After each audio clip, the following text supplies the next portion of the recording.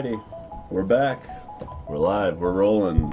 Fucking dark stream. We are motherfucking rolling with Winota again. This is day 3. We were trying to get a guest on. It doesn't seem like they will be able to make it necessarily. They're having some technical difficulties on their end, but we'll see. We'll see. If they get it sorted out in time, they'll be on. If not, possibly next week. It was going to be John Finkel. And now it'll be no one. Yes, doing an announcement about how he took over a Wizards of the Coast and everything's going to be okay now. Yeah. And Splinter Twins unbanned. Splinter Twins back. Birthing Pod's back. Josh McLean gets unbanned, really. You know, that's really what we're aiming for.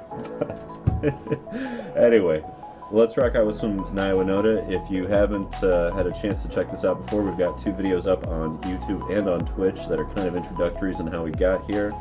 But I think we are just ready to roll on this. Yeah, just roll it.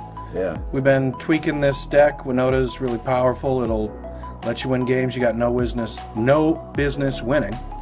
And just trying to get a strong deck built around it that's perfectly capable of winning without Winota. And we've been seeing some pretty good success. Yeah, we really have. Our toughest point is going to be control matchups or just super big mid-range, and that's what we're trying to fix. So it's like, this is kind of like we have almost a 6-land hand. I don't love it, but at the same time, any Winota off the top makes this kind of insane, and do we want to rely on that? This is also one of those hands that I ask myself, if I mulligan this and like drop the worst card out of it, would I keep a 6? And yeah, I'd keep a 6. I'd keep a 6 of this if we drop the worst card out. Yeah. That's a fair point. That's a fair point. So I'm going to go Stomping Ground here and push into Cave and get this Prosperous Innkeeper rolling with the Tovolar. And you never know, we might just top deck a beautiful little cranial plating and get going. That's pretty close to that. That's pretty good, yeah. That's pretty close. Well, that's part of the beauty of having these acceleration pieces that go straight to, well, the Llanowar Elves can go to 3, but we're accelerating primarily to 4. We've got all these 4 drops. There's a pretty good chance we'll get one. And unless they have a Thoughtseize right here and now, we're going to get some value. Let's see here.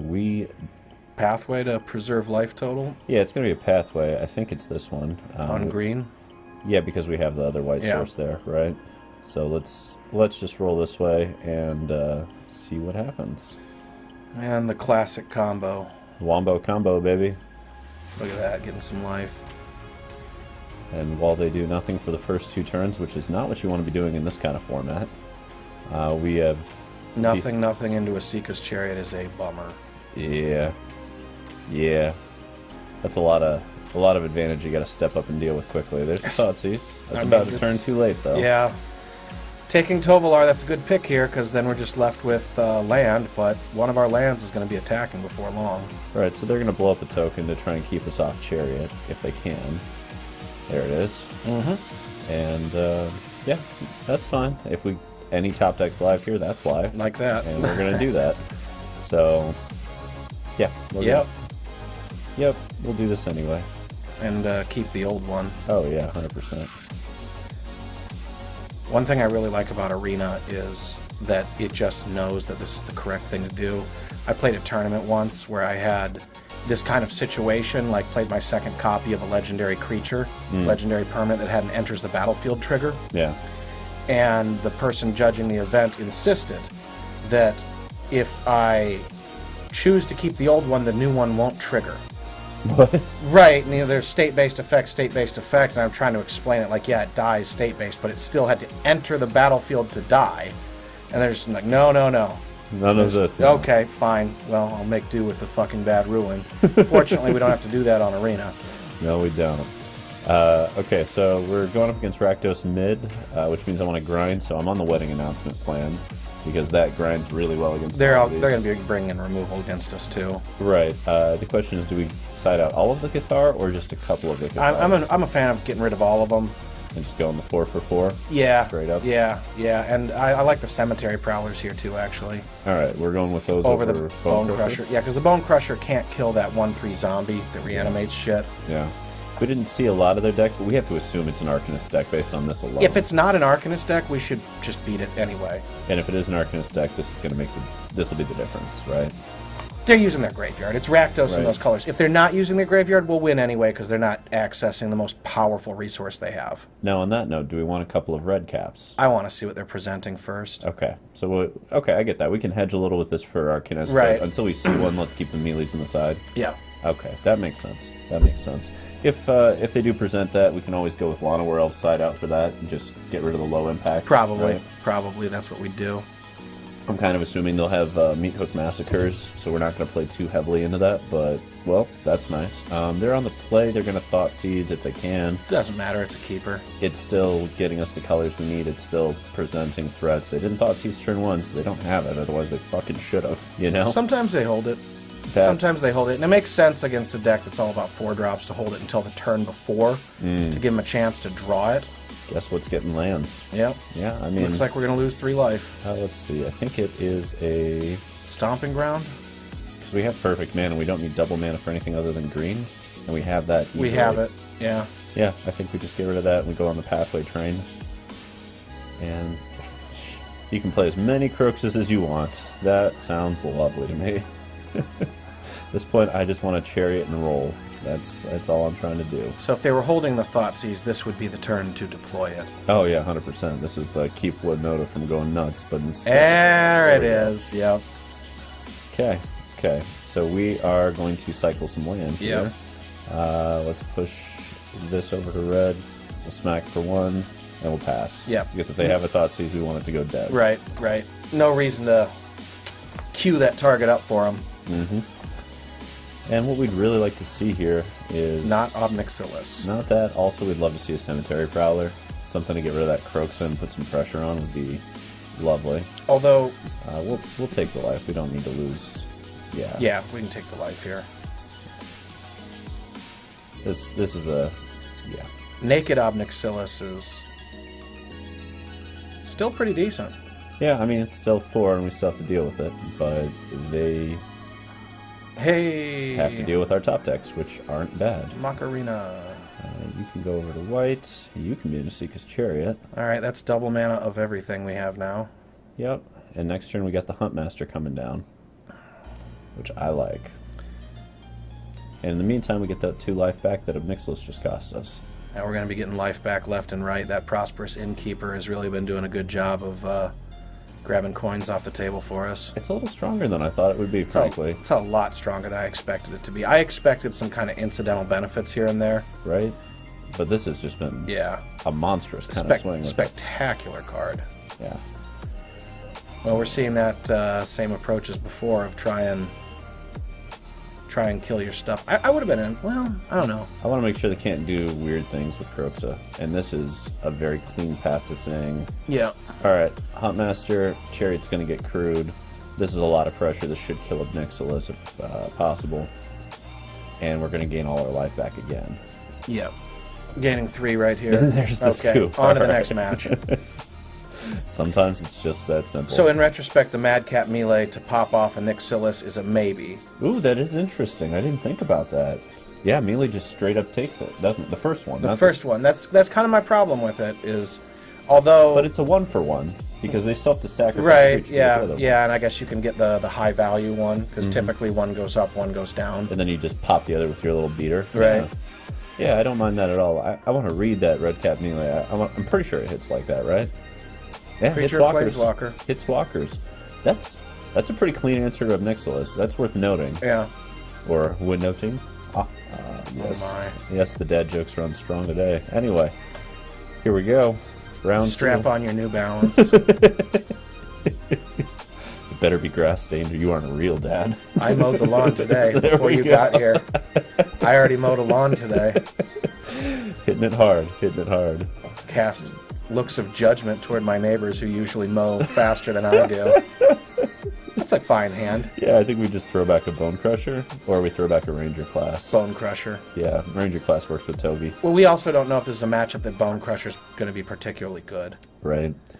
And odds are, since we're on the play, we're going to try and Ranger class into Tovolar into Winota. Likely. There's that. I guess we'll see what we're about to... They're going to take Winota, or they're a fool. They might take Ranger class. I would be tempted to, but it seems It's foolish. Winota. It's Winota. You got to take the most brokenest card. Yeah. Yeah, the card that should probably be banned. Yeah, take that one. Yep. And we go like this because... Actually, I'm not sure. I'm not sure it should be banned at this point. It seemed, it's definitely busted. Hey, what up, Lord Skitham? Skithem's back again. Yeah, baby. Welcome to it. Okay, so we don't have the land to hit Tovi here. We do get to Prosperous Innkeeper, which is probably better than Llanowar Elves. But we can swing first and find out if they're going to remove the wolf, right? Yeah, let's swing first.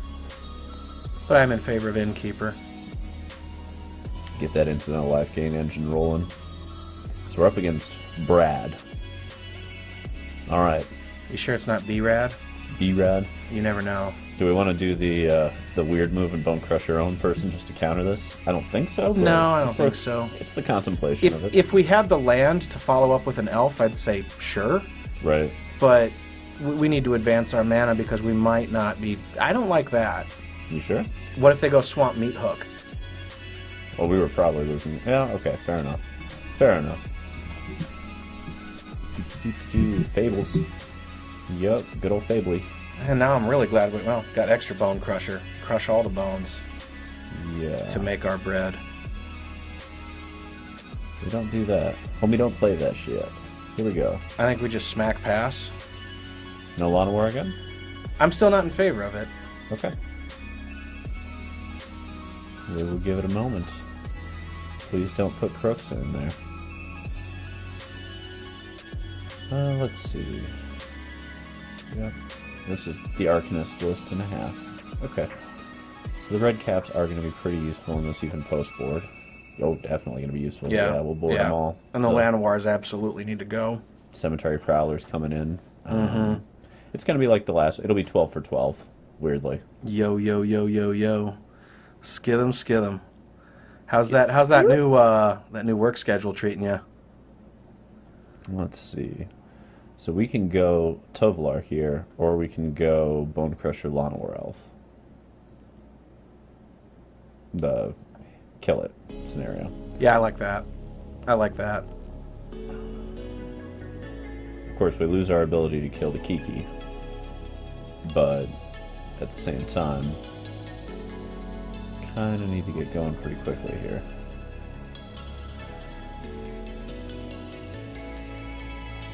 They're doing it that way. Wow.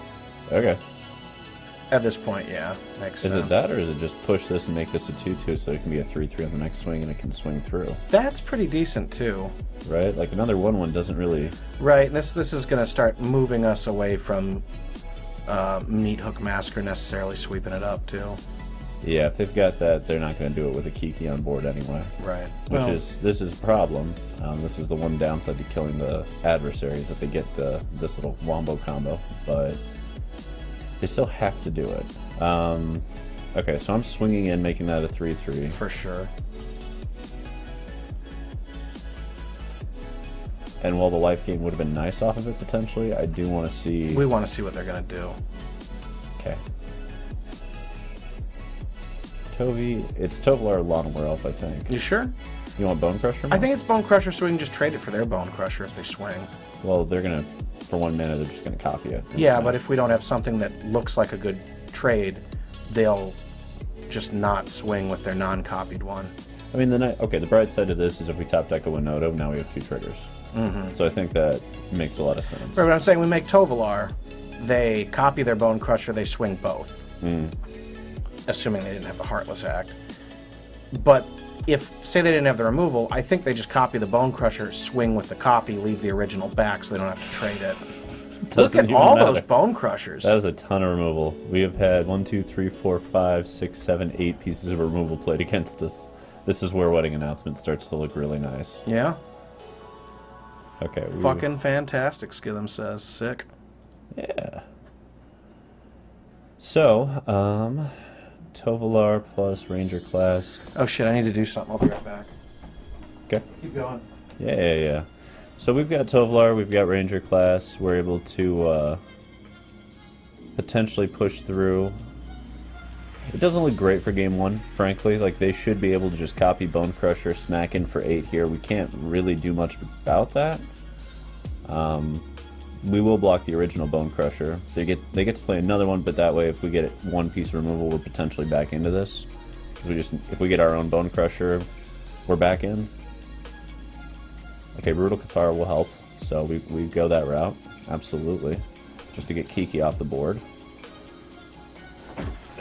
Not ideal, given how much removal they have, but that's fine. Have we won yet? No, my guess is they're going to pick up game 1 here. That looks bad. Yeah, they're probably going to pick up game 1. They've got a lot of cards. We don't have much life. They've killed a lot of things. There's the Graveyard Trespasser. Alright. Not respecting nothing. This is that Rakdos Midrange deck that I've been curious about for Explorer. Looking strong. Looking strong. So we can Tovolar, smack, they'll block. This becomes a 3/3, so it trades there. Why would they block? They can just not block and... Because we draw. And we might just draw something else that can also help us trade. I mean, either way, we're going to do it. That's our shot at winning here. Is to put pressure on. If they block, they get Fable back. Okay. So, nope, it's a land. And that's the game. Alright. Let's move to game 2. Let's move to game 2. So we've got some cards here that are definitely soft. Oh, yeah. Those Bonecrushers are so-so. They're so-so. The Cemetery Prowlers are very strong here. I think... I mean, Bonecrusher does hit the Blood Tithe Harvester and the Kikis. Yeah. I think we keep them over the melees, especially because opponent is playing some black creatures as well. Well, this might be one of those scenarios where we just drop out the Innkeepers, as this can function as a 2-drop anyway, and we're just going for straight value here, with the ability to cranial at the end of that value. Innkeeper is a lot of value, and we need creatures to be able to attack when we play Winota. We want to deploy Winota earlier to avoid Thoughtseize and just get ahead of the game. Right, but we're getting 3 creatures off of each of these, and we're also getting this over... Like, this is a 1-for-1 in terms of creatures that get to be deployed, and this does very little in this game. That incidental life gain is going to matter. I think it's an important card. I prefer that over Redcap Melee here. If we... Look at the threats they're presenting. We don't want to Redcap a Graveyard Trespasser. That'd be horrible. No. Redcapping a Bonecrusher Giant, that's also a terrible value. I mean, we take a shock to the dome. Yeah, but they've already gotten a card out of it. True. You know, our own Bonecrusher trading with their Bonecrusher is a better value, especially because they're presenting targets for us to Bonecrush. Well, to clarify, when you're saying they're getting a card out of it, not if we get rid of the Prosperous, because at that point everything else has additional value, so they're getting half a card out of their first Bonecrusher activation, right? No, if they use their Bonecrusher to do damage, and then they cast it, and we melee their Bonecrusher, they still got their... 1-for-1. That's not 1-for-1, they've got Stomp out of it. Right, but Stomp doesn't trade 1-for-1 if we get rid of Innkeeper with anything else in our entire deck at that point. That doesn't make any sense to me. I'm talking about melee versus Bonecrusher Giant. Bonecrusher Giant is 2 spells, melee is 1 spell. Okay, but the first half of Bonecrusher, that Stomp, isn't going to 1-for-1, or 1-for-0, essentially, any card in our deck.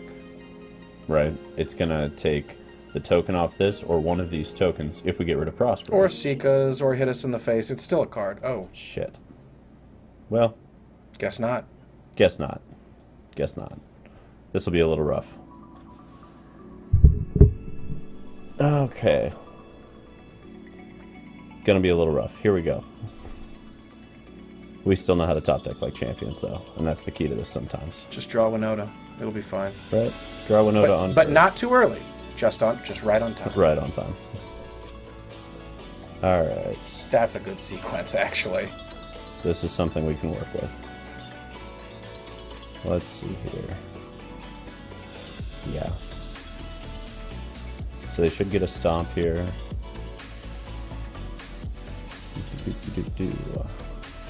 Yeah. If they've got it, they'll do it. I suppose there's some logic for them in waiting for us to attack, and maybe we'll put the mana into the Ranger class, and they can kind of time walk us a little bit with the Stomp there. But now they've got full info, so it's time to play it if you got it. I was going to say, they might just... Okay. Yep, there it is. That's fine. And if they play Bonecrusher, I'm Catharing it and drawing a card. Because that at least is worth the value. I will also Cathar that. Although that opens up Fatal Push, I guess. Well, I don't have to. I can do this. Oh, true. And I can go a little bit farther, actually. Like, the impetus is on them to deal with this. Right. I don't know a one-mana removal spell, because Fatal Push doesn't hit here tonight. No. Although... Redcap? They could Redcap. They could block, let their guy die, and then push it. Fine with that. Which would actually be kind of similar to just letting us connect and draw a card. Yeah. Except they wouldn't take the damage. What? What? Ray of Enfeeblement. Okay. That's a spicy little thing. Alright. Well, what I really want to do here is top deck 2 more lands, actually. I just want to go boom boom with... Oop, Cathar's going to take those. Yep. It's your time to shine, Cathar. Give me a land off the top untapped. Really? That's aggressive. Alright. Well, let's play that. Yeah. Yeah, play the broken card. Yeah. Yeah, I hate giving them a treasure token, but yeah. It's not going to be the difference of this game in all likelihood. I still crew the Chariot, block the thing, they get a treasure token, but we take away their creature. Ray of goddamn Enfeeblement. I always forget that this is also plus Redcap. Like, they play a split of those for the decks in the format. Right, right. Ray of Enfeeblement's really solid for Winota. Redcap's really solid for Winota. It makes for a kind of a robust sideboard option. Mm-hmm. Lol. Lol. Guess what Brutal Cathar's going to be hitting? All sorts of shit. Okay. What's up? Yeah, so the idea here is that they are going to clearly use the treasure token to Fatal Push and kill Chariot. We're getting a lot of cards then. Right, but it also opens up the door for Brutal Cathar to let Lolth get wrecked. With let's see, we need a land off the top to get the Ranger class. But that's what we're aiming to do here, is make sure that Lolth gets taken out really fast. And again, if we top deck Winota at any point, this also gets pretty easy. Oh, they're letting it happen. Okay. I think we just Bonecrush, frankly. Yeah, that cleans it right up. And I can do that in combat, which I'd rather do. Okay, so because I can send it at Lolth so that they block to preserve Lolth, and then Bonecrush Lolth, and we'll get more of their shit. Right, and I can Ranger class the Esikas up twice, which makes it a 6/6 while copying. Yeah, but we still want the mana to Bonecrush. Well, we'll have that, right? Oh, right, because one of them's already on level 2. Yeah. So I think we go like this. Yeah. Aim it at Lolth. Yeah. And I mean, if they had Fatal Push, they should have done it prior to this anyway, so... They could do it now. Sometimes you make a mistake and just do it later.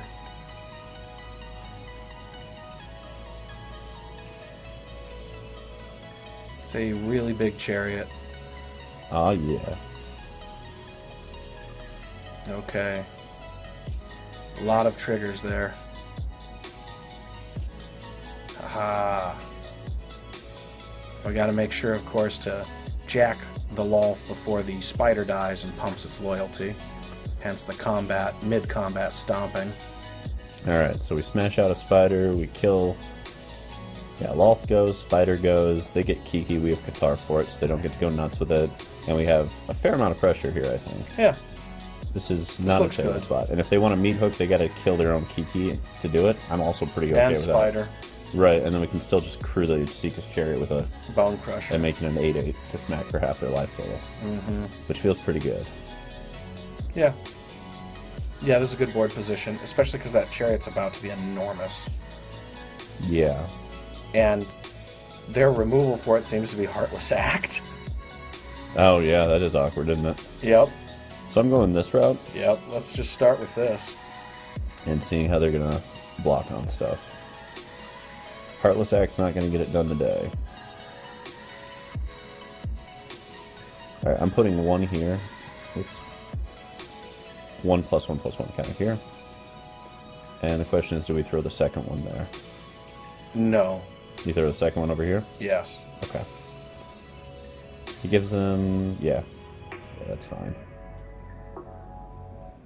Yes, because now, with it being 7/7, they'd have to block with all 4 of their creatures to take down the Chariot. Right. Or I guess they can make Kiki copies. Not oh, yet. no, they can't. They Summoning can't. sick. Are you going to block with all of them, Chief? Let's say if they triple block, I'm just going to play another Chariot. What are they doing here? They have maybe Ray of Enfeeblement for that last toughness. I guess. Nope. It's Cathar for this, or is that just equaling a blowout with Meat Hook? Do we just let the Kiki get going? That feels wrong, but we could do it. And we could let's take it away. Well, if we take it away, it'll come back as Fatal, right? Right. It's not a big deal. And we have the other Cathar to take the token, and yeah, they'll get to filter and shit, but... Like, are we setting up to get blown up by Meat Hook, though? Because Meat Hook right now is fine by me, right? And I don't really care. Whatever they play, we can still Cathar. On our next turn, we can just bump a Ranger class. Do the Ranger class, then, as long as we're using the mana. Yeah. I don't want to pass the turn with unused mana. I'm with you. I just don't want to get blown up by a Meat Hook. And I have to assume that's what they were doing when they didn't kill that Chariot. Oh, that's what they went for. Okay, well, that's fine. Yeah, just a little bit more. Yeah, that's totally fine. And now we have the ability to see potentially Winota, which I also love, because I don't care if this little combo means nothing. Yeah, this would be like an auto-win board state with Winota. Right. Okay, and they're already trying to find more action here. And we've got Ranger classes. What does that treasure look like? That treasure looks cool. That's pretty neat. Yeah. I like it. I need to collect all these different treasure tokens. I've got them going back to Ixalan. Alrighty. So, 1, 2, 3, 4, 5, 6, 7, 8, 9, 10, 11. They'll be able to jump one with just a token copy. I think we bring... Do we just bring the house? Maybe we Cathar the Kiki here, and then we bring the 3/3 cat and a pair of 2/2. Well, let's see if they copy their Bonecrusher. They probably will. The question also is whether or not we want Prosperous into Cathar, but we can save that for next turn. We can play another Ranger. Yeah. Oh, it's nighttime. Oh. I always forget that gets activated like that. Right. I think it's probably still worth it. No, because we're going to trade a cat for a copy. I don't think it's worth it under those. Unless you want to attack with exactly 1 and put all the counters on it, so it's a 5/5. And then they've got to throw it like an actual creature in front of it. I'm down for that. Yep. Because that way a Bonecrusher copy does not block and kill this. It only blocks it. Yeah. Yeah, I'm definitely down for that. I also I actually don't terribly mind that this is nighttime. We really need to get better about that. Yeah. This is 3 days in a row we've been fucking that up. Yeah. Not remembering when it's nighttime is a problem. This is why you practice. Okay, predictable. And that's fine. And maybe you're watching and you say, well, why do that? We got value out of it. We got +1/1 counters. Yeah. We got +1/1 counters, and they also didn't get to flip it on end step to have a free attacker at us. Also true. Which is a thing. Trespasser, sure. Nighttime, yep. Graveyard Glutton. Gonna make it interesting. Just eating all the corpses. Can't get enough of them. So I do... Yum dead stuff. I do potentially want to push the Redcap Melees in light of how effective this has been at keeping everything at bay. But that's really the only question moving into a Game 3 if we get one. Let's see. And other than that, I'm actually kind of oh, there's Winota. Yep. Stop thinking. Cast Winota. Attack with all. Oh, and a Tovi on top. Beautiful. Derp. Here we go. Can you kill Winota? Is your last card removal? Because it has to be. Oh, it is. It is. Okay. All right, bring that first striker, right? And the 5/5, or just the first striker? I think we bring the 5/5 as well, because that way they've got to do something with a non-copy. Yeah. Yeah, this is still a ton of pressure that has to be applied all at once, and it isn't going to be simple like the Graveyard Glutton's getting copied here because there's still 1, 2, yeah, there's no reason not very to. wisely saving their Ray of Enfeeblement. Very wise. What is this? Oops. Yeah, that wasn't oops. That's quite the oops. That's a big oops. Oh, and an even bigger oops, they didn't copy it on end step to have an extra attacker. Oh, that's a 10 damage oops, plus some life gain they could have had. And now we know they don't have any removal, so we can just Cathar out that token, and that's the end of the life gain. So we should be able to push. Or just Cathar out Kiki. Oh wait, it's nighttime. It's nighttime. Still nighttime. Still nighttime. We're gonna get this right someday. Someday! Oh god. Someday! Okay, we have... No wolves except for Moonrage Brute. We do have the ability to go double spell here. We also could go Ranger class number 3 and tick it up and be able to dump 3 counters onto yet another creature, which puts 3 creatures at lethal. Yes, hang on. I'll be right back. Yeah, no worries. We'll keep it rolling. We'll keep it rolling. Alrighty, so I think the play here is actually going to be a double spell. Let's look at this. We can smack. If we put this up to 7, they don't have a super excellent way of dealing with it. So I'd rather do that and force this double spell scenario. Yeah, so that Cathar just gets kind of nutty. Let's do this. Let's do this and see what happens. Yeah. This also lets us do Huntmaster pretty quickly. Obviously, it's not going to happen next turn based on the top, but I do like being able to go this far and this fast. Let's see. So if we smack here, we can make it a 7/7. I kind of like that. Right? Like, that's some spice. If we smack here, they're going to have to block, like, everything. Which... yeah. We still have a Cathar in hand. We need to be putting pressure on. Welcome to Combat Math 101 and trying to figure it out. Okay. Yep. They have to block with... they can't kill it, actually. That's interesting. Because of First Strike, they actually don't have the ability to kill this, do they? So we can go... yep, okay. So they're just doing that to do that. That's fine. Yeah, let's just dump out the token. Out it goes. No vampires, no issues. Okay, so they can go, yep, sure. Take that life loss. That's what we like to see. We are... let's see, Chariot, Tovolar, Huntmaster. I feel okay about this game. It's not a for sure win, but it feels pretty strong. And again, we could just see a Winota off the top with one of these Ranger classes and kind of go nuts.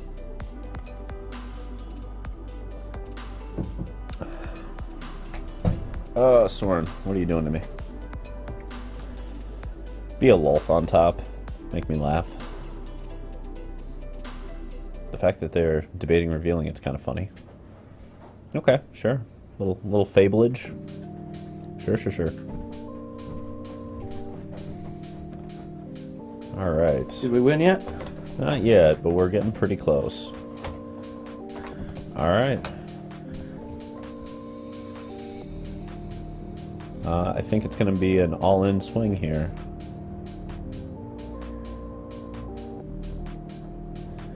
Let's double check here on math, but they're going to use this to copy one thing, and I don't believe that's going to be enough with the Cathar coming in.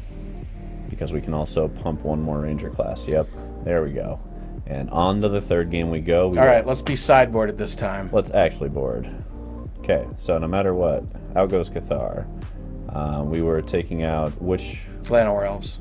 Llanowar Elves. And now the question of the melee comes up. They have Fables, they have Bonecrushers, and it didn't look like we saw much in the way of Blood Tithe Harvester for the next game. I think Bonecrusher is going to be way more useful to us. Okay. Then let's leave it like this.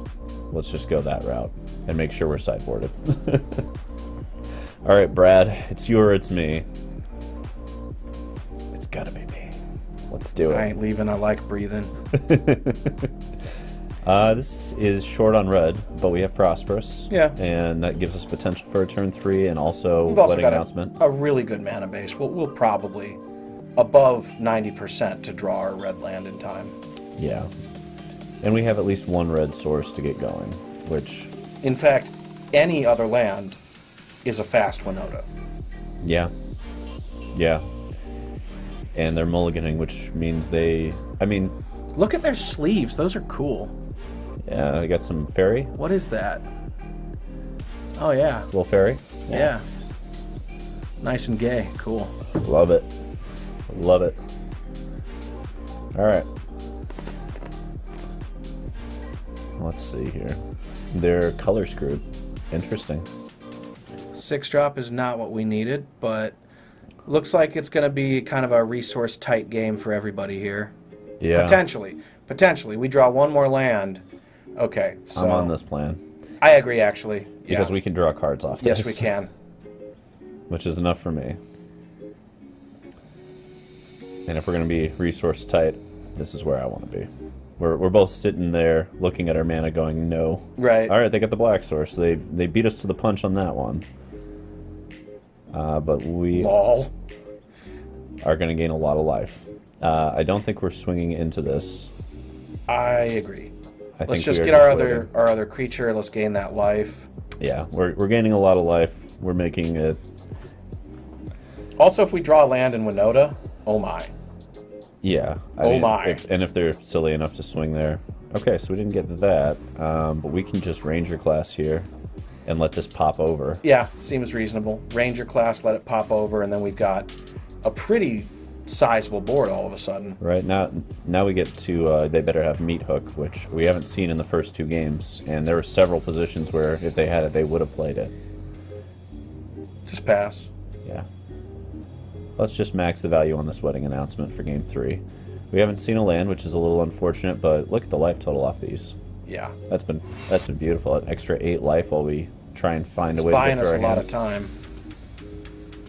Well, there it goes. At least these don't gain any life on that scenario. There she goes. Easy Anger come, of the easy go. Gods when you could be playing Meat Hook Massacre. That feels weird and wrong, but alright. Does anger exile things? Yes. Okay, maybe that's why. Fuck. I think we may just hardcast a Bonecrusher. No, it's nighttime. We can put a Tovolar in play. Yeah. And that's... I mean, they should have a Redcap Melee, though. Is this just screwing our ability to play... Well, we're going to have to top deck anyway. We need to start getting shit done here. And this helps us. If they don't kill it and we get to attack with it, then maybe we get to draw a card. And it's a 5/5, It is so a Redcap 5/5. doesn't deal with it. Yeah. That's kind of nice. Like, we failed to draw a land for 5 turns now? Yeah. More than 5. We're on 6 turns, yeah. So that's unfortunate. But... Hopefully there's not a Heartless Act here, and then we can attack, put a +1/1 counter on it, and then they draw Heartless Act to be disappointed. So I'm assuming there's like a Raven Feeblement, but with a Ranger class it doesn't matter that much? It won't matter at all. Raven Feeblement is White. going to punish white. They'd get to keep their blocker, but with the toughness it would drop down to 5. We'd be fine. If they have Heartless Act, they have the Heartless Act. Now or never. But we have to force this because we drew yet again. There's nothing else to do here. A non-land. Yeah, so. there's really no choice. It's got to be this. We got to draw cards. Okay, Heartless Act is off the table. Yep, they let it go. They could do Den of the Bugbear and Graveyard Glutton. They didn't do that. Is it a Redcap Melee plus this? There's a Ray. That won't be enough. I mean, it'll be enough to keep your creature. So 2 Rays of Enfeeblement. Okay. Bold. The problem is they're going to have Den of the Bugbear to put pressure on. And we don't have the red source to keep it in check.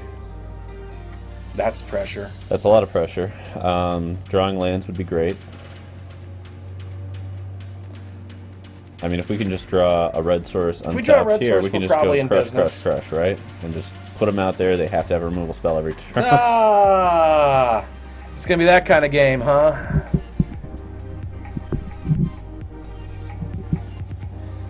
I think we have one more turn to draw a land before this is over.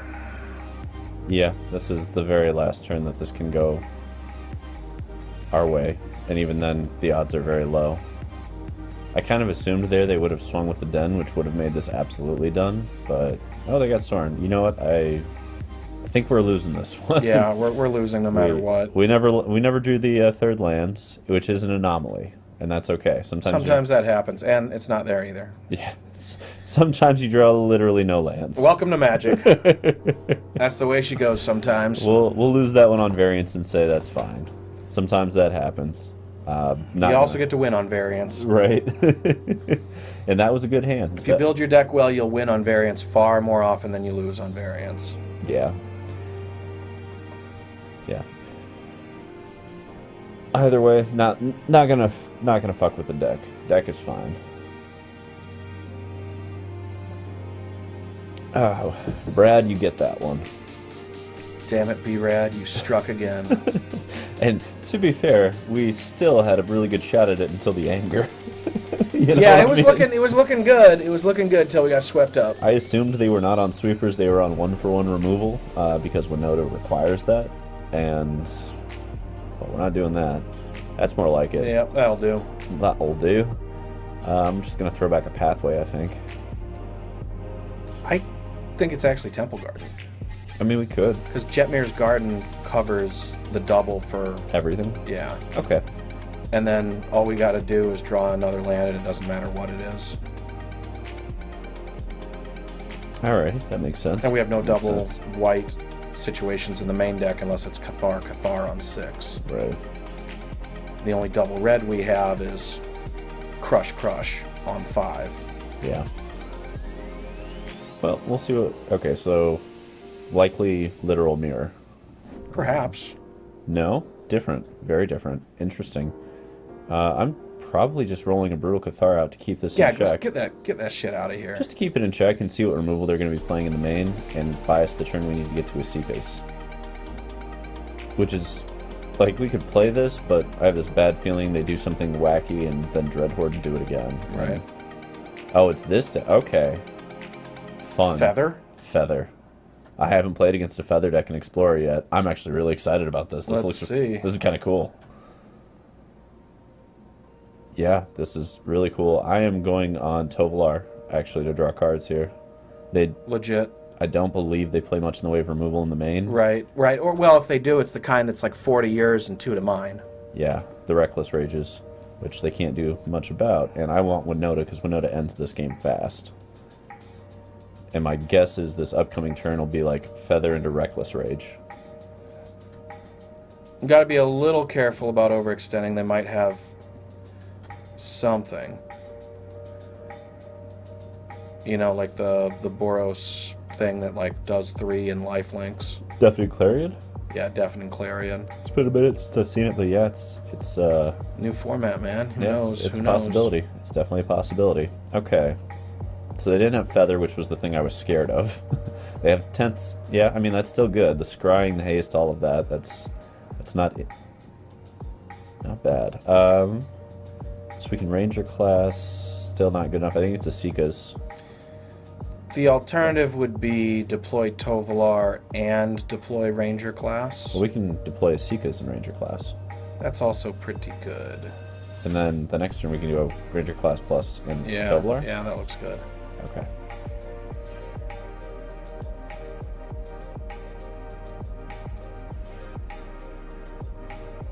This matchup kind of, it answers another question I've had for a second, which is Winota the best speed demon kind of deck to be running?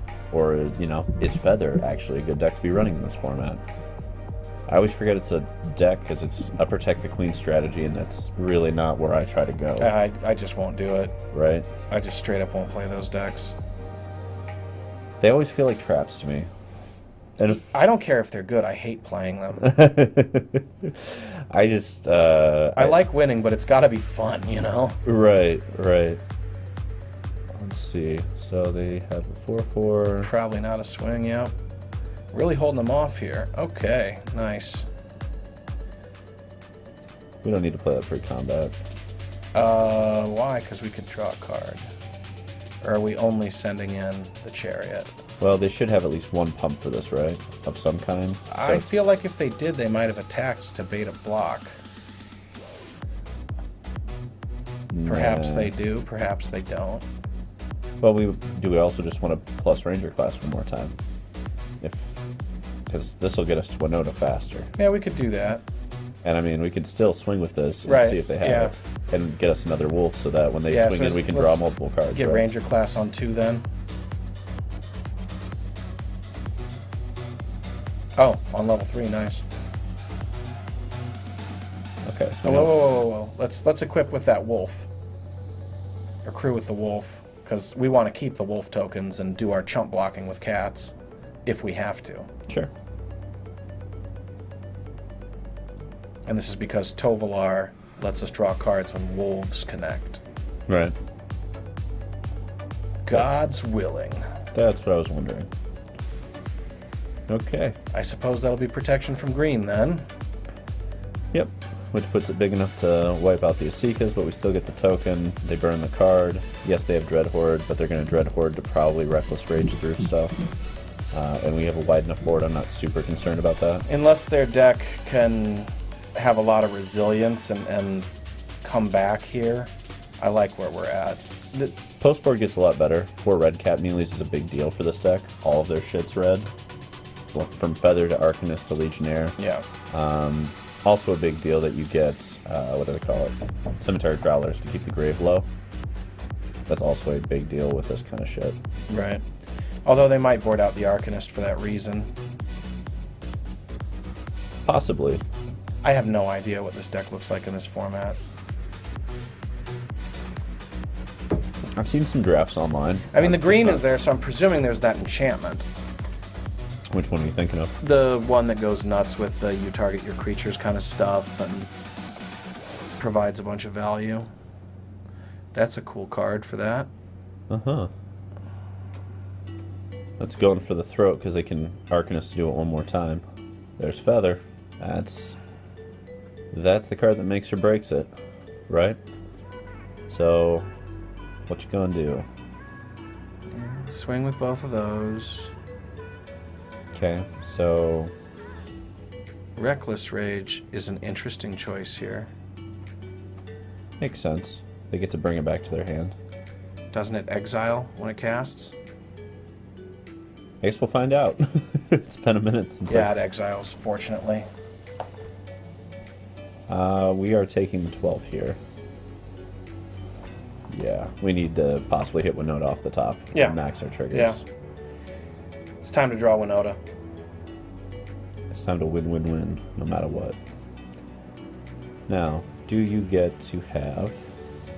Yeah, it brings it back. From exile. Wow. Insane.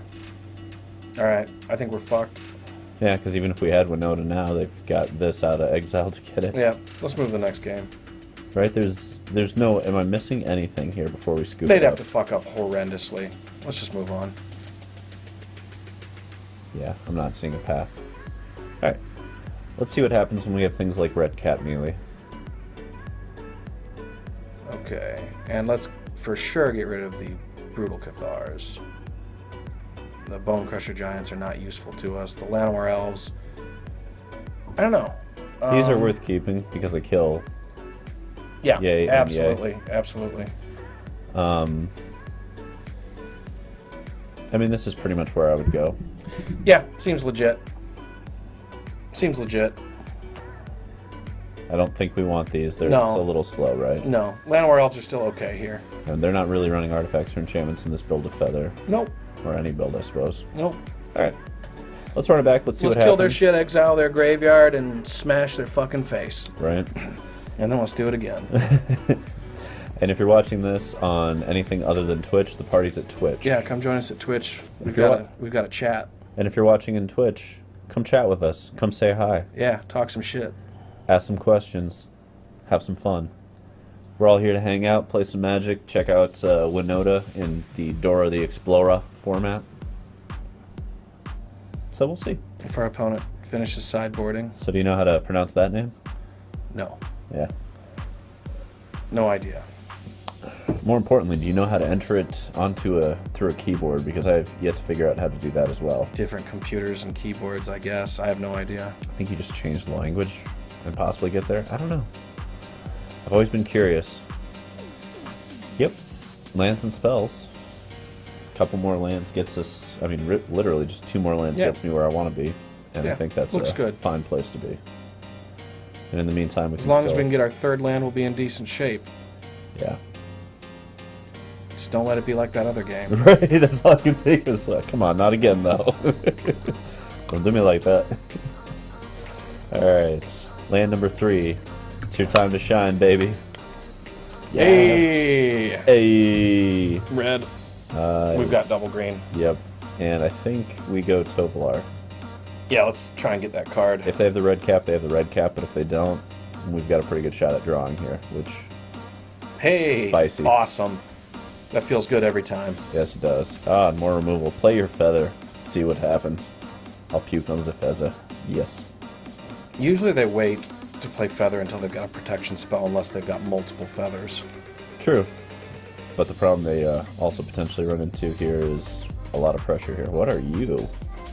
In a card I've tried to make work in the past. Interesting. Yeah. Okay. Yeah. Right? I mean, we could play Chariot here. I kind of like going Ranger class and leaving up Fry. I do too. Do we put it on the Tovolar or the 2/2 though? The 2/2 so that they, well... Because if it's... No, I think we go for the Tovolar so that we try and get around... We'll bring them both for sure. Right, because God's willing. Even if they have it right there to protect it, it won't trade it now. Right. It'll kill the 2/2, but we keep Toby, which is what I want. Yuck. Well, he can't block it, I guess. It's annoying. They had the rage. The rage, the rage. All the rage. Rat in a cage. Okay. Kill it. Can't. They're gonna have God's willing. Then just untap and kill it. Well, we can do this. Wait, isn't that uncounterable? It is. Oh yeah, but God's willing doesn't care. Well, we still roll this way. Yeah. We target it. If they've got God's willing, that's fine. We just untap and do it again. Yeah. The good old 2-for-1. Wow, that's good. Tamio safekeeping's even better. Wombo combo, baby. Alrighty. Nope. No attacks. No more. No mas. Wow, that's so powerful in this build. It's good. Yeah. Okay.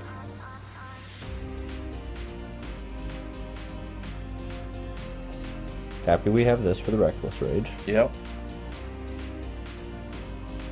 And also happy that we are only a turn out of Tovolar Huntmaster, which, if we're going to turn the tide, seems like the way to do it, right? Yeah, that's... I mean, if they have more Reckless Rage, they have more Reckless Rage, but this is... That's a lot of gas. That's a big, big creature. Right. It's an interesting matchup, that's for sure. It's weird that Tovolar's Huntmaster is not good enough for Standard, but it's good enough for this format. That is a lot of pressure. I love that. That's so cool. This deck is interesting. Right, and the +1/+1 means it gets to do that again. Right. Which means it's going to kill Tovolar's Huntmaster. That's a lot of pieces that are in play. This is less Protect the Queen than I thought. Yeah, it's not Protect the Queen. It's just like a... kind of like a mid-range... This is like a Delver deck, sort of, except with removal. Naya. Well, it kind of has counter spells. Right? Because the only thing it's trying to counter is you killing the stuff.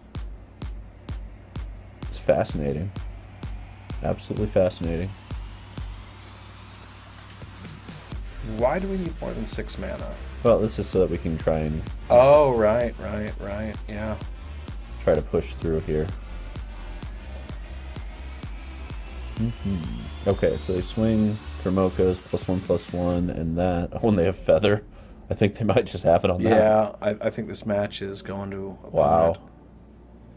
Now this is a way to beat the crap out of a control deck, by the way. All these, like, Tamiyo safekeeping spell, what are they going to do? They can't wrath you, they can't do shit. This is a fascinating kind of list, actually. It looks good.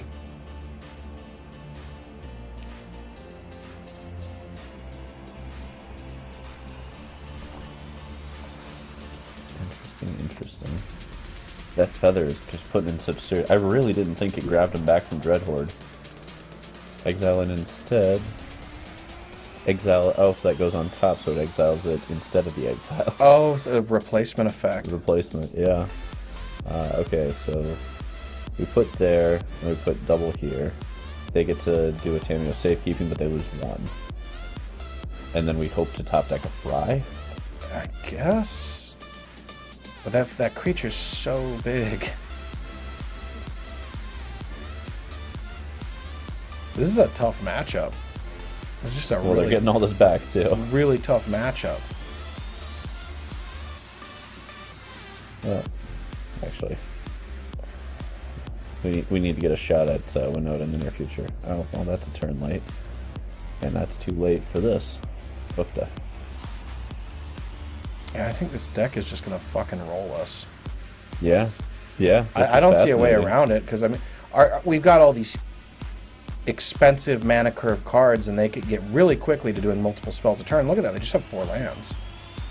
Right, and they're playing nothing over the CC of 3. Right. Incredibly nimble deck. A lot of synergy. No, Redcap can't even kill there. Wow. In a world filled with Redcap Melee and Rave Enfeeblement, Feather is probably better than Winota. Fascinating. Question is... It looks better in this meta than what we're doing. So do you want to flip over after this? Because we can build this. I think it's called for. We've also, I believe, taken this deck about as far as we can for the time being. Yeah.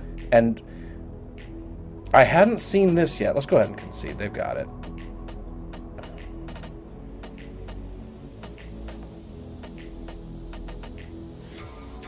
Crying Hedron. Gotta give him the one-ups on that. So we were having rough matches against the mid-range decks that are bigger than us and against the control decks. Yeah. Which we were working on getting our percentage points up with the sideboard slots because we had a lot for it. Right. But there's not a way to fix our deck in a matchup like this. They're just going to get under us every time. And now we're playing a deck where there's multiple decks that can go over us and decks that can go under us. Yeah. And so it's just time to move.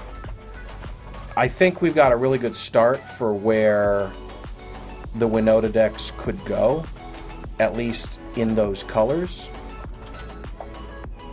Yeah. But the Winota decks fundamentally, at least as far as I can imagine, are always going to have that problem, is that you've got to play a lot of cards up the curve to get your Winota value. Right. So there's going to be some clunk to it, but at the same time, the deck can't go super big either. Yes. Yes. Oh, look, you got fancy ones. Yes, I do.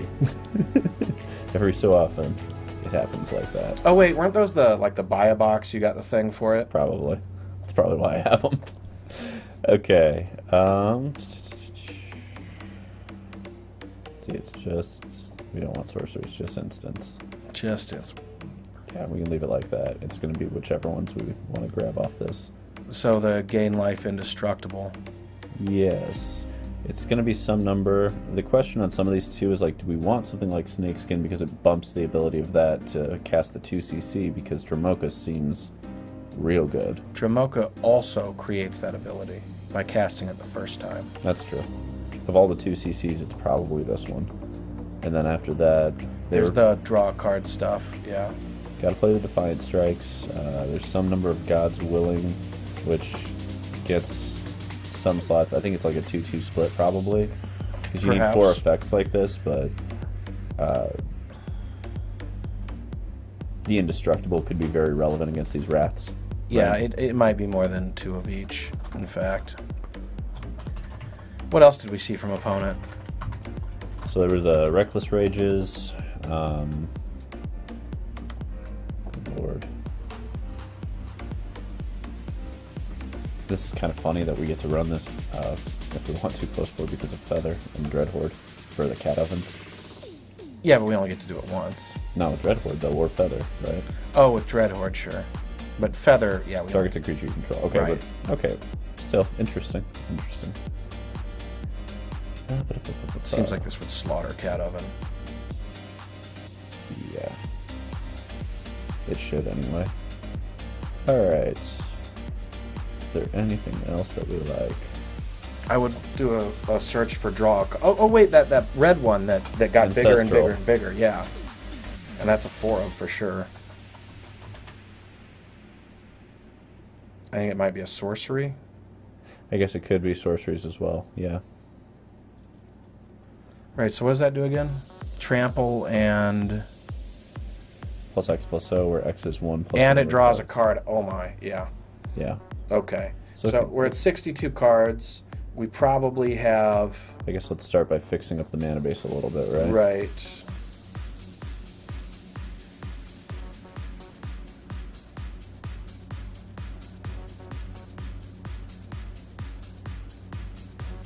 Do we still want the Jetmir's Garden?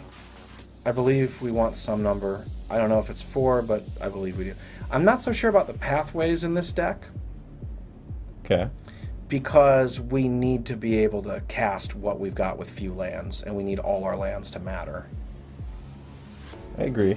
And keep in mind also, we get to play all the fast lands. Well, oh shit, that's true, we do.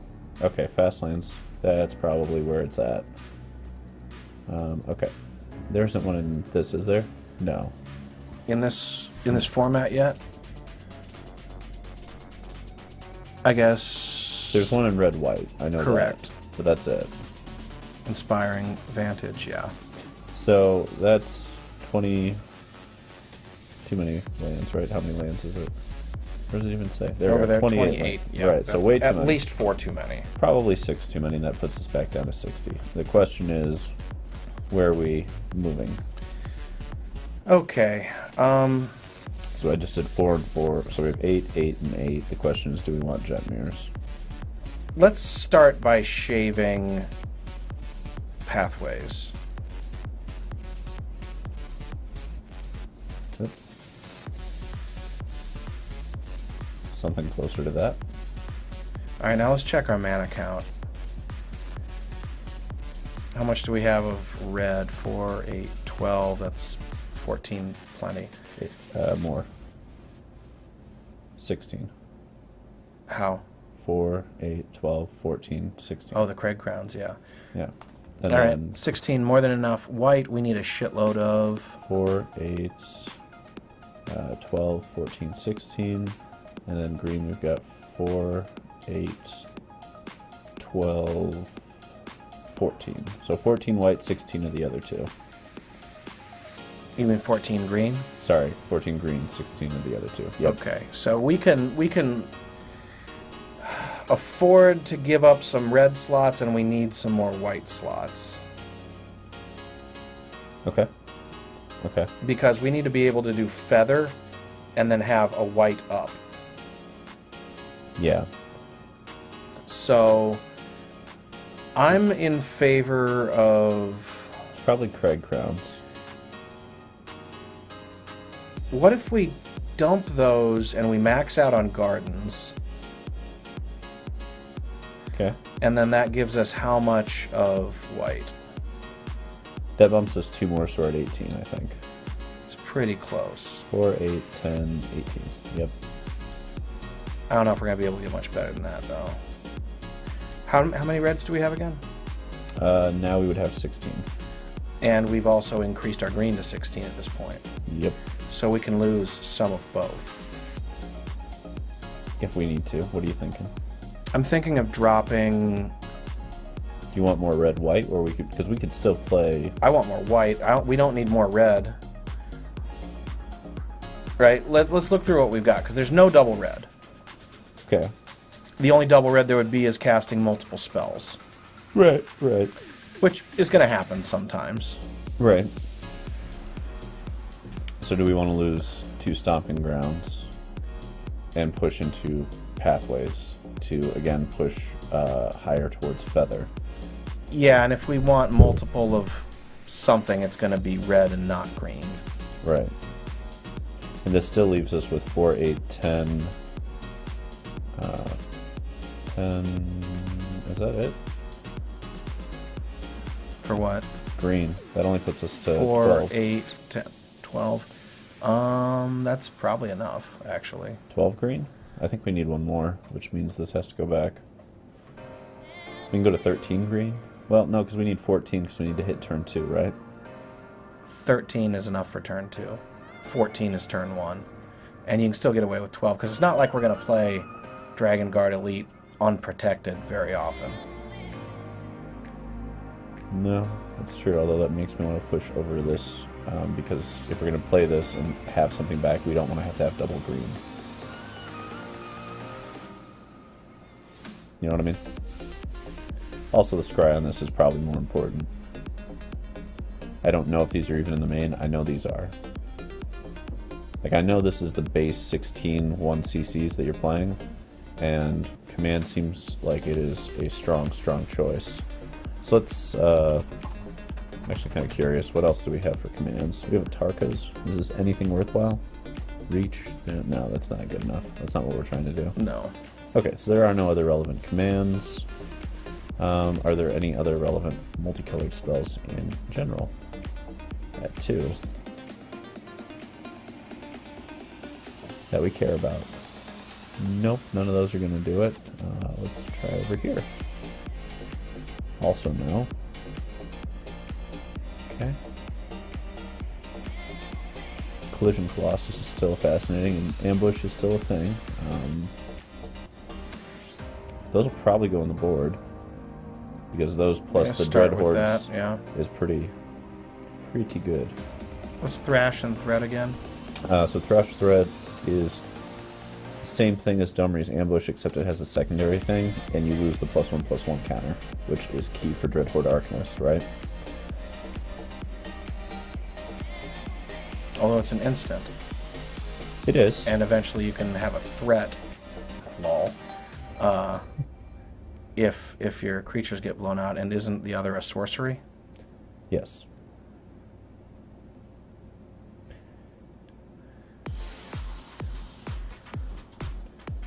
Also in the sideboard and things that are going to go there. One moment. We are going to dump 4 red caps in that sideboard, because Winota is a deck. Yes, 4 red caps. Well, and so is the mirror match. And frankly, so is the Cat Oven, where they also play a pretty large role. Because we're trying to deal with Thoughtseize decks too, right? And where those are going to go? Sorta, kinda. Okay. Anybody out there in the chat have any ideas here? Feel free to toss them up in the Twitch feed. If you're watching not on Twitch, the party's Twitch. What's the green in 1 instant that just gives your shit indestructible and hexproof? Do we consider that as a sideboard choice against sweeper opponents? I don't think so, because we're not really trying to land more than 2 threats at max. I guess we can't get it back either.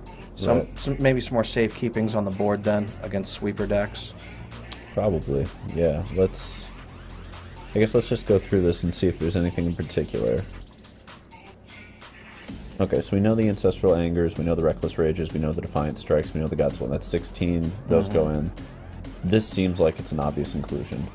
This just does so many things. We'll start with it. Oh yeah, that Boros sweeper. We should consider some number of those on the board. A Deafening Clarion? Yeah. Yeah, I could see that. Let's double check here. Is there anything? Just kind of rolling through. Again, feel free to toss some suggestions in the chat if you're feeling it, guys. Let's see if there's anything interesting rolling around. No, we're outside of it. Well, 2 is still within. 3 is outside, right? Because 2 we can still get off the Dromophis and Dreadhorde, and still works with this. It's unlikely, but I want to know, right? You never know. Let's see. Anything fun laying around? Any hidden gems? That's really what we're aiming for here. Some hidden gems. Alright. Well, We're not going to have snow permanents. That's a different version. Well, why don't we throw a few more cards on the board and just get to it and see what happens. Yeah, we still need a couple, right? Let's throw in some of those Deafening Clarions. Let's throw in a couple of those Tamiyo's protections. Safekeepings, yeah. A couple of those. Let's fill it out with Clarions from here and just roll. Is Inscription a thing? Cost 5 mana to do what Dromoka's does, basically. Yeah, that's not good enough. I mean, the key is it targets your creature. Yeah. Does Primal might work? That's kind of interesting. It's slow, I mean... Yeah, but it comes back with Dreadhorde, which is kind of fascinating. Yeah, but so does the other one that's we're already doing that costs 2 mana, right? The Domri? Yeah. Isn't that like a better version? Probably. Hey, what up, Solid Shadow? How we doing? Yo, yo.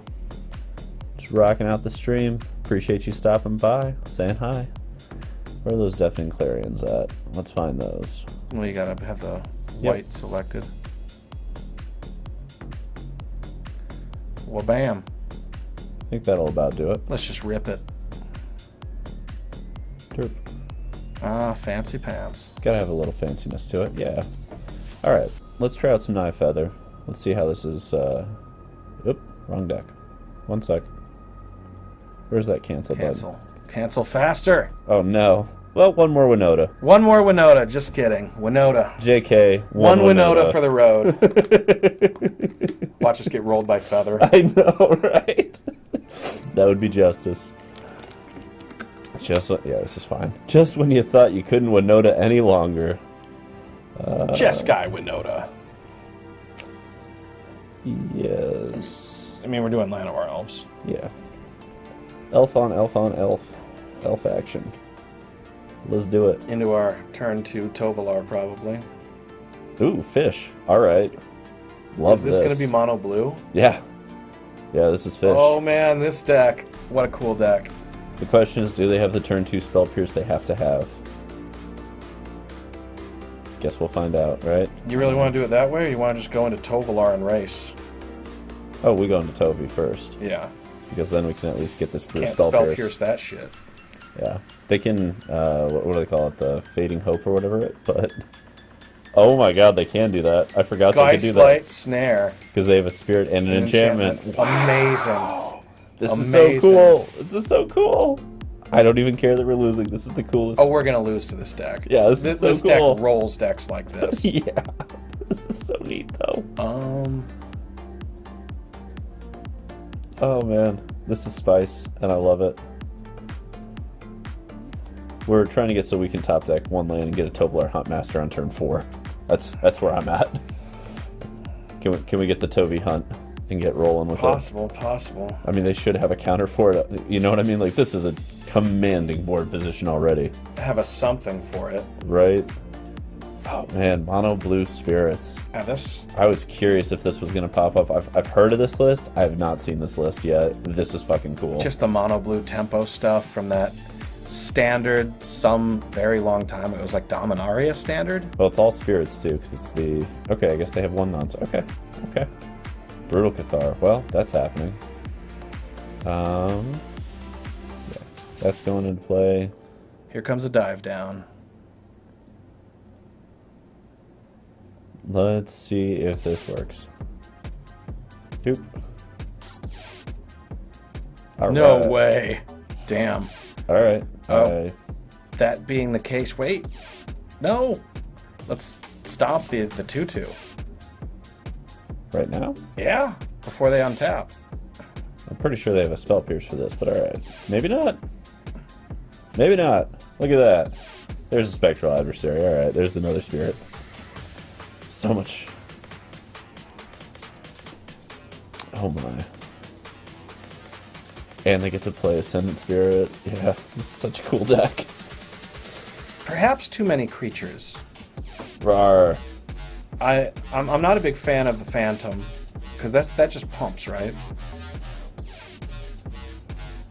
This? Yeah, but it pumps most of their team. This is just, yeah, this is exactly what I would be doing with fish. This is lovely. I'd be doing it with fewer creatures. It's working well. Oh, yeah. But this kind of deck is always going to beat this sort of thing we're playing. I don't even know what the fuck we can do. Rec Sage. Rec Sage and Fry. We can fry some fuckers. Yeah, that's it. We are losing the top end to a degree. Let's see. Tovolar's pretty slow here. And Huntmaster. No, we got to be able to go wild with Winota. Okay, then Tovi's really where the cuts are. Yeah, we got to give ourselves a chance to win with our broken card. Fair enough. Fair enough. Because that's the only way it's going to happen here. Demigorgonzola. If you're wondering why, it's just because their interaction is so cheap. Our cards are so much mana. They're able to get under us, protect their threats, draw cards, push damage, and... There's no green, but I'm still liking... Like, we have some early interaction. If we draw a green source, we're fine. And I don't know. Do you want to go to 5? Yeah. Alright. We dump back a Cathar and a Bonecrusher. Yep. That's a fine hand. Got some early interaction, and we got Winota. Just gotta draw some lands. Guess what's getting killed right now? Smash. Just gonna try and draw one more untapped land and get to a potential Winota. Them's the dreams. I think it's... I'm still bone crushing here. Yeah. Right, we can still draw it. Right. Gotta max out our ability. And if we don't, we still have Fry up with that. And they don't have the blue to do their counter spell that they probably are playing. Yeah, I figured they're just going, yep, adversary. That's fine. This means we can at least put some pressure on even if we don't get to Winota, and we get a Fry to mess with it, which I also like. They're gonna be so surprised when this comes in. No! Fuckers! Fucking fucker! Oh my. Spoiling all our fun? Is it a Ranger class or a Fry? It's a Ranger class. We don't know if they're going to do anything. We got to advance our cause. Yeah. Right before we get there. Man, this deck was ready for Winota. Everybody's ready for Winota, man. This is why we got to get back away from this. Yeah. Yeah. Winota's damn good. It's not broken in this format. Not yet, anyway. Yeah. Or if it is, we haven't found it. People are ready for it. But yeah, dynamically, decks we've been seeing are well positioned against the kind of deck that Winota's presenting. That'll work. Let's put pressure on. Yeah. They want to win with Faceless Haven. We can play that game. We can trade a Chariot for a Haven and smack right through with these. That reminds me, we probably should put... Well, do we put Digger's Cage in... We don't need to put Digger's Cage in Feather. We don't want to because it cuts off Dreadhorde Arcanist. Well, also, I don't think we need a card like that against Winota. We got 4 Redcap Melees, 4 Reckless Rage. That's 8 ways to also deal. Just the dynamic advantage of the deck against the deck. We saw how insane that was. Yeah. But yeah, having 8 1-mana removal spells for Winota and the ability to just push seems fine. Alrighty. I'm just crewing and smacking. I'm not going to mess with Winota here. We don't get the ability off of it. And yeah, you could play it in crew, but... That's more damage. That's actually presenting lethal. They'd have to activate Faceless Haven. I suppose that's true.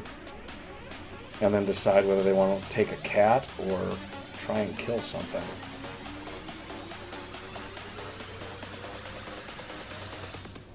They're going to let me copy tokens?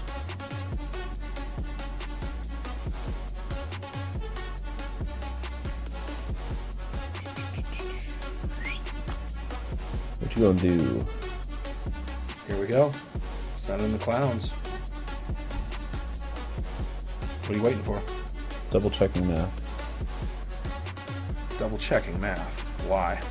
To see if they can get us on the crackback. Which they can potentially if they bounce this and just play a flyer.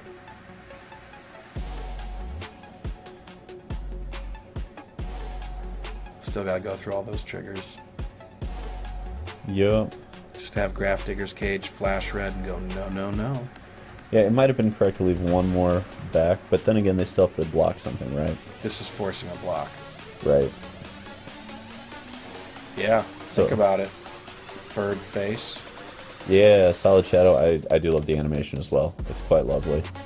Wizards is somewhat getting their shit together. They're not great at it, but they're trying. Okay. Cool So now they kill us.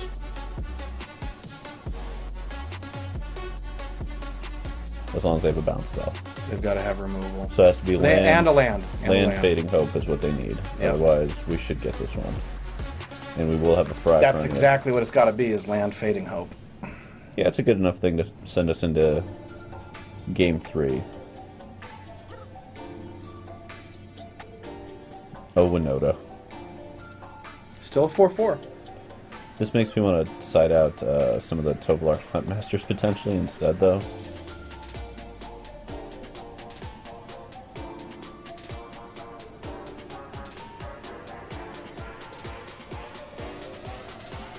Okie dokie. Goodbye. Okay, so here's my line of thought. If they are going to push that hard on keeping Winota from exploding...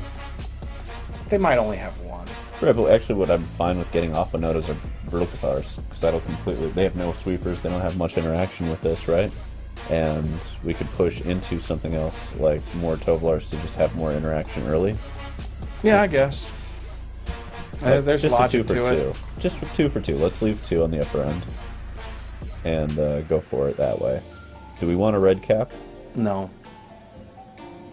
No, we can't afford to be blowing up our lands against this deck. That's how they beat us, is they have the mana advantage. Okay. Man, I want a second Rec Sage. Oh well, this deck is dead after this this game. It's not dead, it's just on ice. For us, yes. They kept 7 on the play. Alright.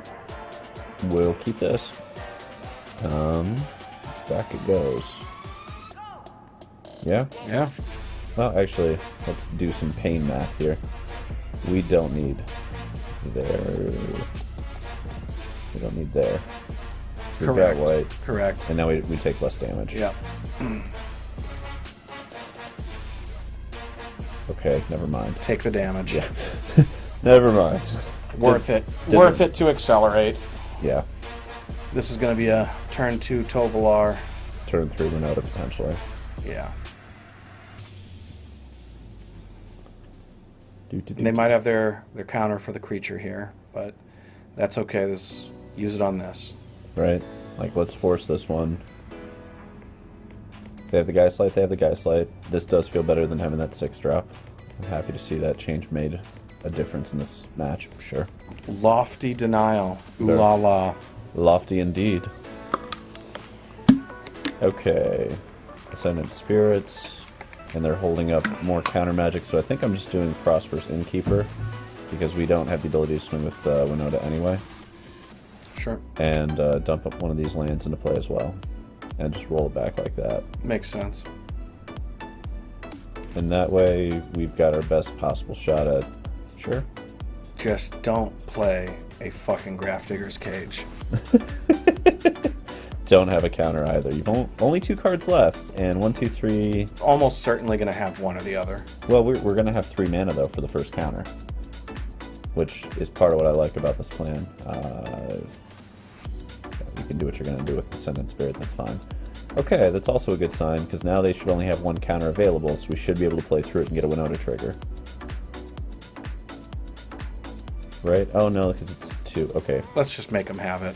Yeah. We got to do bold things to win this match. Yeah, we're losing on tempo if they... Okay, if they had a... Yeah. Whatever. We're not blocking. Yeah. Damn.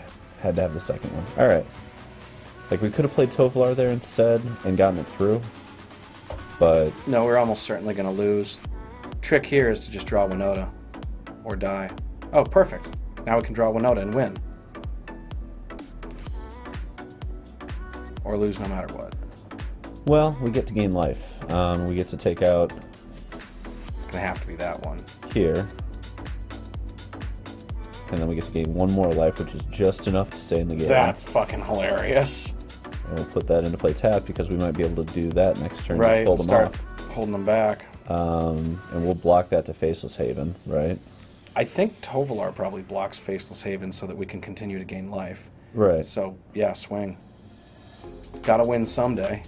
We shouldn't win this one, but like... There's a pathway. But there's a path. It's possible. And it's really funny if it works. Yeah. We could just top deck a Winota, smash it down, and gain a bunch of life, too. Because it could get 2 Tovolar Huntmasters out of the 2 in the deck. It would... Winota resolving... I don't know, if we go to nighttime, is going to be game-winning. 4 Winota triggers, it's hard to imagine losing. Yeah. Okay. You done did it. Nighttime it is. Nope. Witness protection. Triggers Winota now. Oh. Okay, can we do anything here? No, it's over. Do you do anything? Just a 1/1 no matter what? Legitimate business person? I'm so happy that's the thing. Legitimate business person. Good old legitimate business person sitting around doing legitimate business person stuff. Yeah. Legitimate business. See, we're exactly 1 point off of being able to be okay. And then just lose later. Let's just scoop it up. Let's go play the deck we meant to. Yeah. This would have been an interesting match for Feather. It would have been. It would have been. I would have felt good about this match with Feather. I would have felt at least intrigued. Yeah, I don't know about good, but intrigued. Definitely intrigued. Alright, let's try it with a little bit of Feather. Or actually, is there anything we need to put in the sideboard? Or shift, now that we've... Nah, let's just run it. Okay, let's switch it on over. And run a little Naya Feather.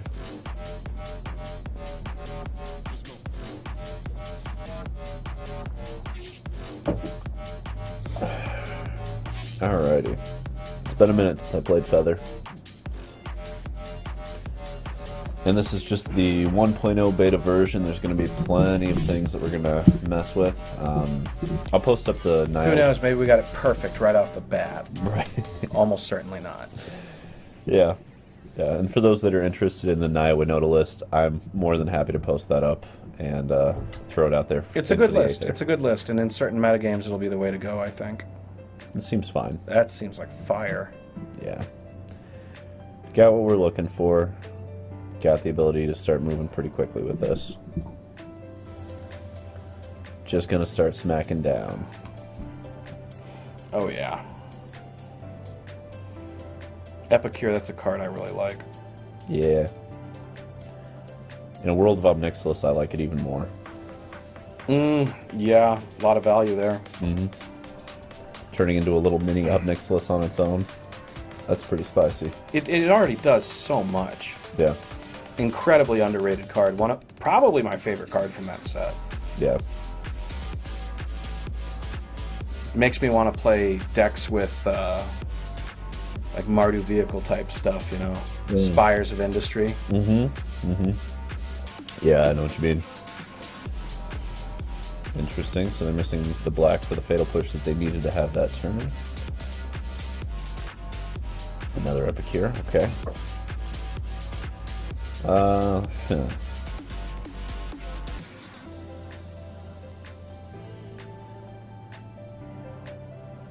Now we get into interesting territory. So, let's see. That gets a +1/1 counter and scries 1. Yeah. When it does its thing. Yeah, but only if you target it, whereas this gets it no matter what. So the question is, do we expand our board position? I think so. I think we crack in for 2, and then drop that Dragon Guard Elite, and force the opponent to answer it or start getting buried. And do we want to consider the 23rd land in this deck? I probably want to consider them all the way up to 24, actually. Making the land drops is really important. And it's easy to just toss a couple creature lands in here. Yeah. Just tinker the mana base around a little bit so we make sure that it's Den of the Bugbear, which is the cheapest one to activate. Okay. So Ancestral Anger on the 10th district. Yep. To do a lot. Yeah. A lot of stuff happening here. Send it down. We need land. Okay. I'm smacking in. We have our Absolutely. instants. Yeah, we just protect them from here. That is a fucking clock and a half right there. If you try and stop us, we'll clock harder. Right. This deck already feels great. Ugh. Amazing. Like they need 3 instant speed removal spell. They need 3 fatal pushes and 3 black net. Okay, so clearly they were on Anvil. I haven't actually played against the Anvil deck in this format before. Clarion. This is pretty good against Anvil decks, no? What's it getting? They should be running Witch's Oven and Cats. Isn't that like a whole different thing? No, they run it in this too. Because they get the Anvils on top. Because you're sacrificing food tokens. Are we 100% sure that's what they're doing, though? Let's take a look at their deck again. Because they might just be a vampire deck. We don't know. Well. Oh, yeah, there's the Oni-Cult Anvil. Yeah, so they're Anvil of some kind. I wouldn't bring that in until we see it, like real targets for it. But we know Clarion probably is good there. Yeah. Bails us out if they start getting ahead. What do you want out? Maybe Dramoka's Command?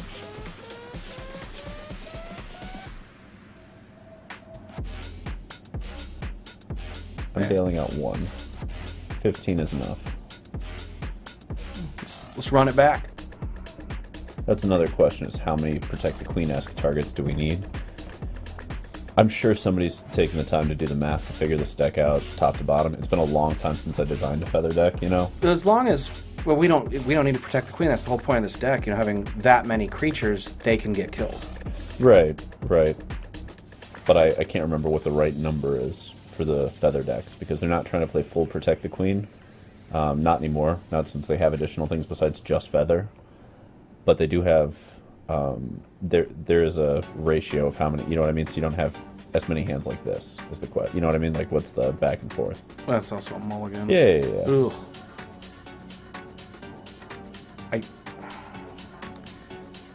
Do we just toss back an Ancestral Anger and keep it because we can Defiant strike the opponent's creatures if we have to?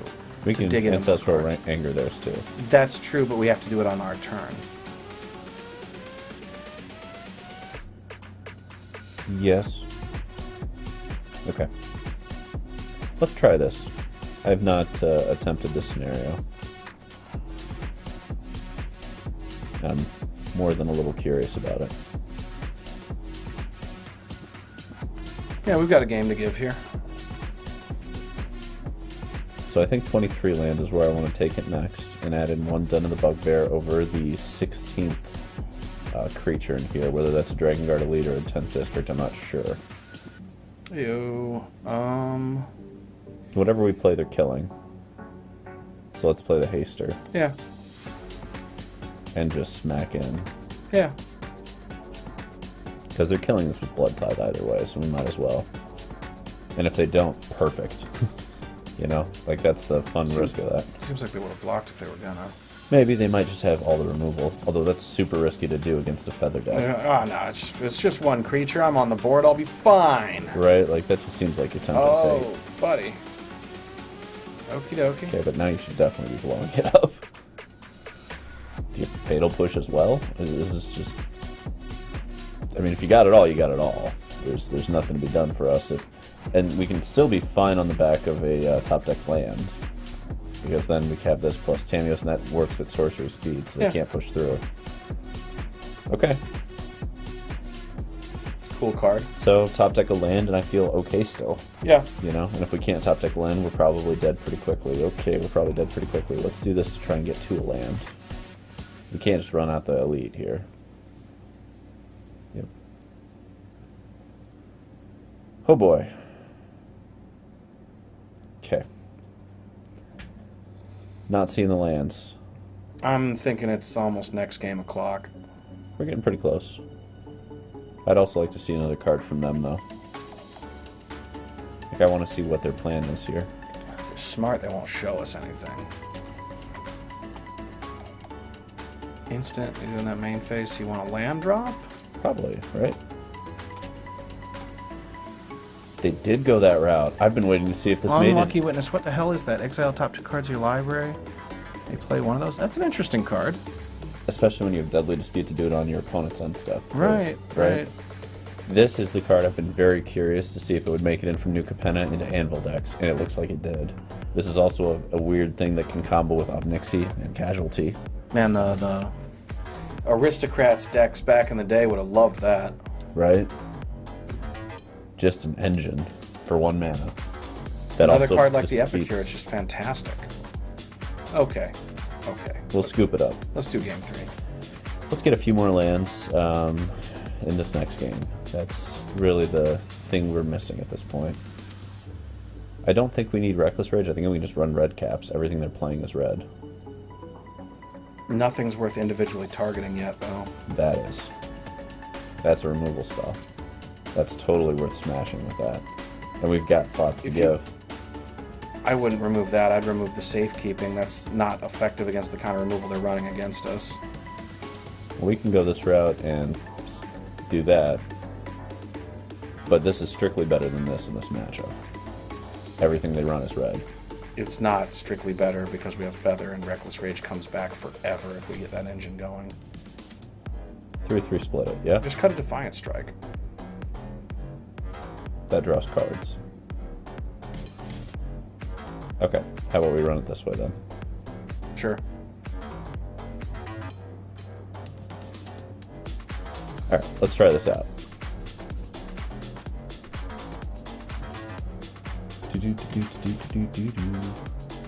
El Trutka? Trutka? I don't know how to pronounce that. Who knows? It's intriguing. The Shadow knows. We're keeping 2 lands, all the spells we need. Yeah, this is fine. This is a hand that survives the Thoughtseize, which is important. And is 1 land away from being pretty much exactly where I want to be. We'll run out the Arcanist first. Harder to kill. Doesn't get killed by Volt Surge unless they have an artifact, right? And forces that sacrifice. Also goes absolutely bonkers if they don't kill it. Right. Which, highest chance to go crazy. Perfect. Yeah, highest chance to go crazy goes first, and we follow it up with one of these two.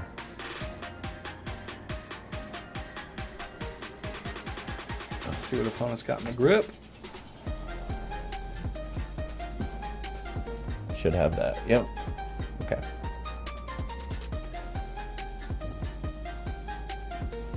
Yep. Mm-hmm. All right. Makes sense. Probably 10th district just to get deeper. Yeah.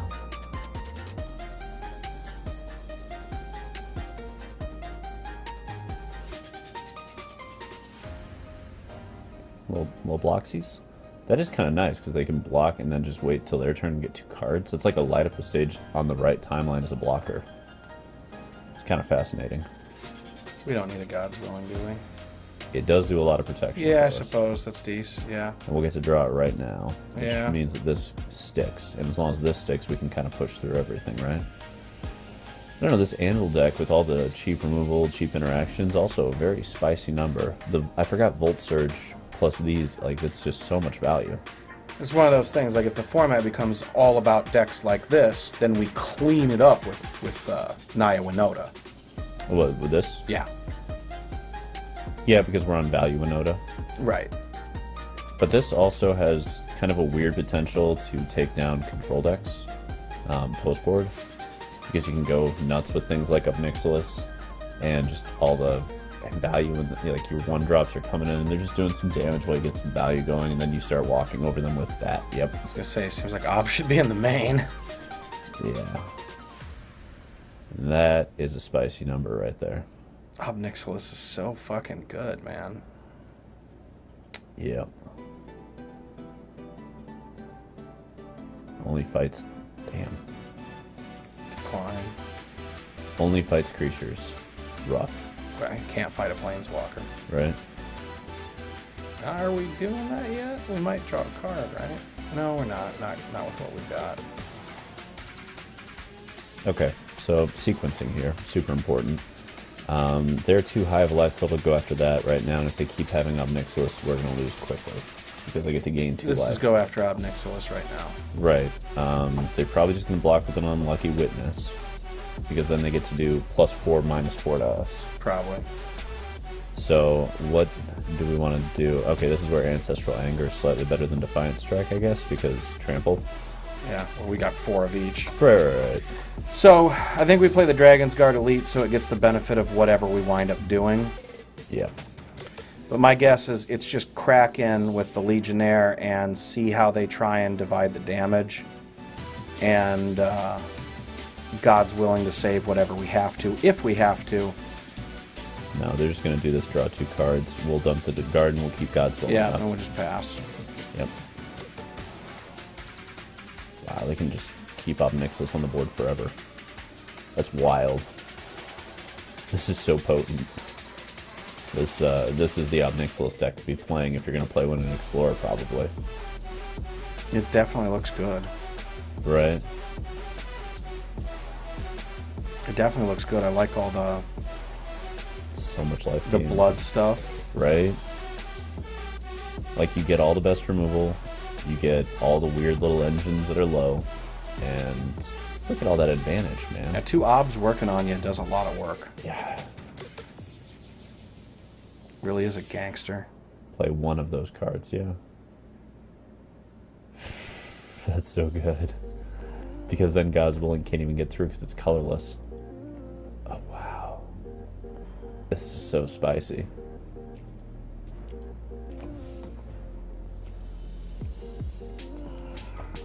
Alright, so I'm Defiant Striking on end of turn. Yeah, we gotta do stuff. Okay. Do you have free removal? Free. Feather. That's important. Perhaps too late.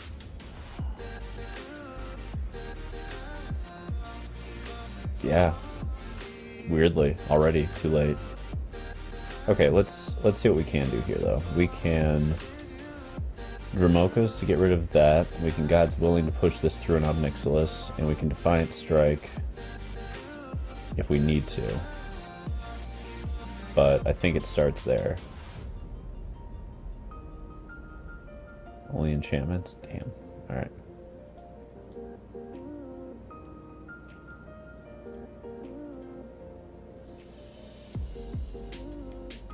Alright.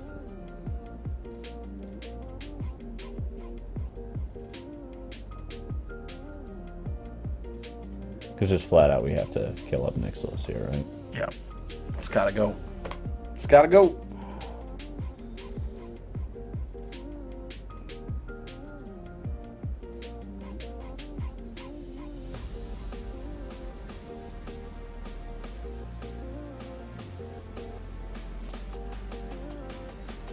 At least get rid of one of them. Right. We dump one out. They still have another one, and yeah. Okay. We're not dead yet. We're not dead yet. At least we'll get Feather and a Defiant Strike. Wow, that's good. It's looking rough. This is just a beautiful deck design. This really is a beautiful deck design. New Capenna gave this deck the final pieces it was potentially missing, and I am here for it. I love this. This is so cool. I'm actually more interested in that than what we're doing. Oh yeah, we're gonna flip over, man. Yeah, we gotta keep them. We're gonna flip over after this one. We're gonna do it one more time, because you know sometimes that's how it goes in these formats and these scenarios. You're just hunting for a deck that's fun and interesting and interactive. Sometimes you pick up Feather and you go, oh wait, this still isn't fun to play. Still find myself in all these positions I don't want to be in. Right, I gotta think so hard, and it doesn't matter anyway. For just minimal gain. Right, it was so much better when we could just top deck Winota. And this is definitely a deck you have to play tight, but it's so much cooler too. Yeah, that's spice. Oh, that's so much spice. I love it. Does that hit just creatures? Okay, we're dead. They have anvils. Yeah, let's scoop it up. We'll pick it up and let's build some anvil. Yeah. Let's move on.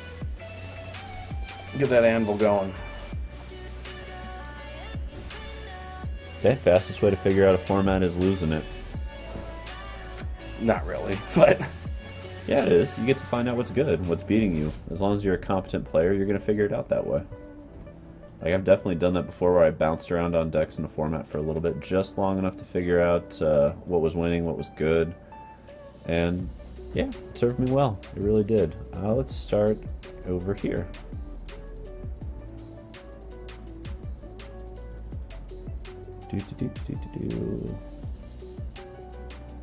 Alright. Harvesters. Because we fancy now.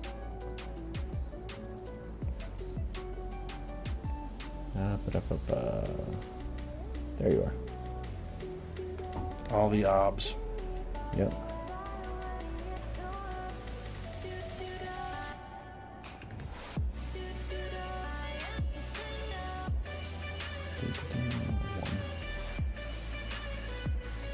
Where are you? So what are you looking for here? The right one drops. I just gotta find them. One of them starts with a V, and the other one is like with a W, right? I think so. Voldaren Epicure was one. And then something, the other one was a Witness. You. Oh, there it is. Right next to it. Unlucky Witness. Yep. Okay, and then we have Fatal Push. That's going to be in black. Blood Chief's Thirst. Also in black. What else is in this deck?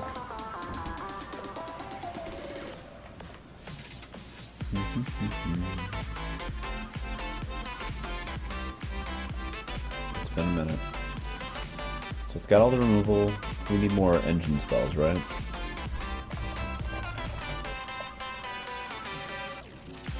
Those play well with the anvils. How many creatures do we have? 12.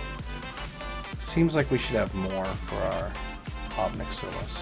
Well, we got the anvils, so I guess 16-ish plus. What about that creature that combos with the anvil? Isn't that a 2-drop? You talking about the blood type? No, the one from draft. Sokenzan Smelter? Right. I would hesitate to put it in. I've tried that in Alchemy, and it wasn't good enough there. What's the text on it? Combat, you may pay, sacrifice an artifact.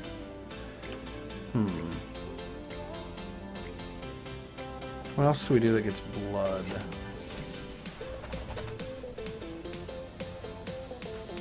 The black cards for this aren't great. Moving on. Hang on.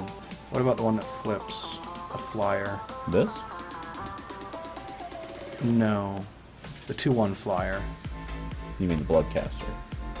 It's only non-token creatures, or else I'd be down for sure. Another non-token create a blood token if you control 5 or more. Oh, the reason I'm kind of interested in this because it seems like it'd be pretty easy to stack up a bunch of blood in this. You're mostly moving around with token creatures between these, right? And then you only have 12 non-token, so it's a little bit more difficult with this scenario. What else can we sacrifice for profit into Obnixilis? Yeah. Oh, what about that new guy? The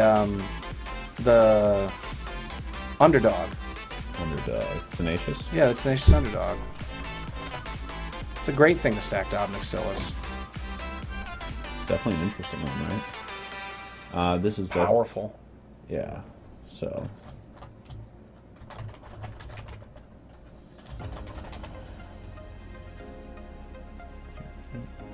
So we're a couple cards over. We don't need 24 lands for a deck that curves out at 2, basically. And is trying to draw cards, right? Curve ends at 3, yeah, probably not.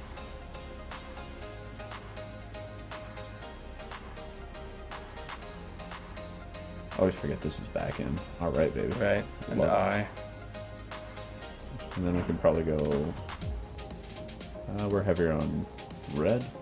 Yeah, a little bit. So we can lose a swamp. And go to 23. Yeah, it's 23. I'm not 100% on these, but I'm curious about them, right? Let's cut one. And is there I don't know, is there anything else that's, I guess, post-board? Well, Thoughtseize is in the format, we're not playing it, right? Yeah, let's put it on the sideboard. Is it something that should be in the main? I have no idea. Can't tell, right? You could play it instead of the experimental synthesizer, but that probably pushes us harder. Yeah, this is a hell of an engine with Anvil. Although you gotta have the Anvil, right? No, because it can sack itself. For a lot of mana.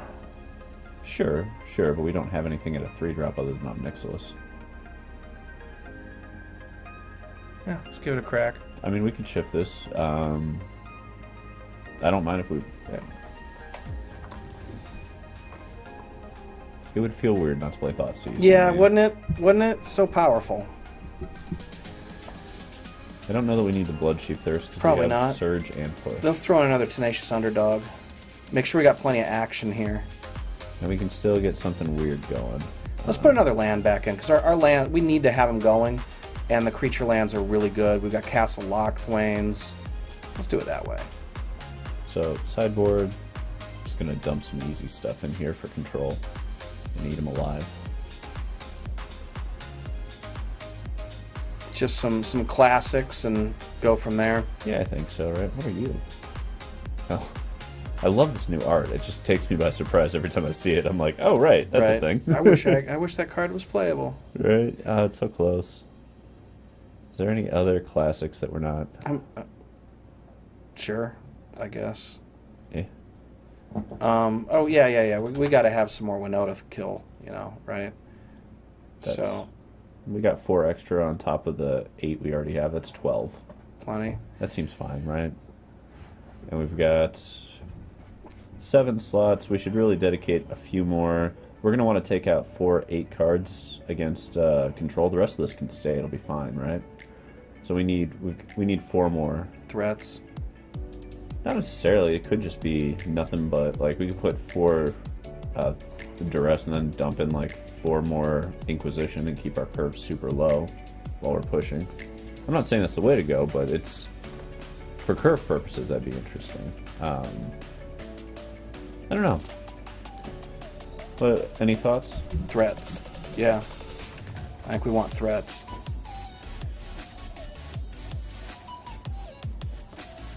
Let's see what we got. Dread Wanderer. Interesting. I don't think it's good enough, but interesting. It's decent with Obnixilis. There is that, yeah. Packrat. Oh.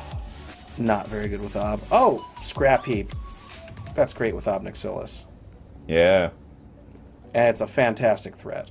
That was the winningest card of the time it was in Standard. It was in the most top 8 deck lists. Is it better than Skyclave? Yes! It's way better than Skyclave. Really? Yes. I guess you can put it into play on their turn.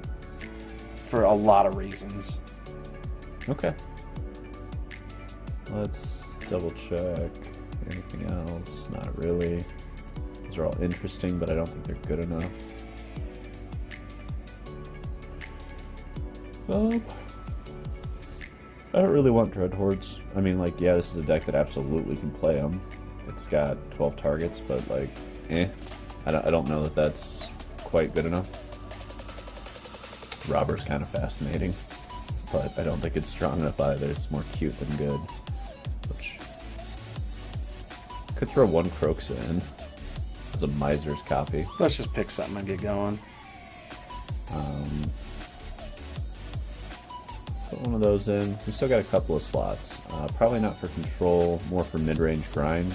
Is there anything for mid-range grind that we want?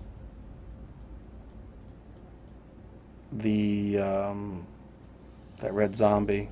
Red zombie. That casts the shit out of the graveyard. We were just talking about it. You want the Dreadhordes for mid-range? Why not? Okay. Card advantage, Sure. Let's roll it.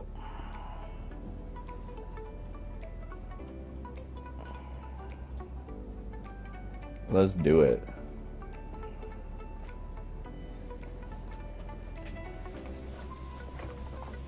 I'm curious on the Anvil deck. I feel like I'm missing something and I can't remember what it is. Probably. Like, I don't think Sanguine Brushstroke is in this format. It is not. So Blood Artist is out. Oh, what else am I missing?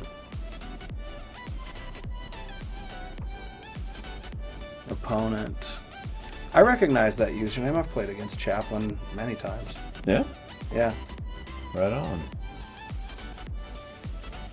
Yep. Lands and spells. Lands and spells, baby.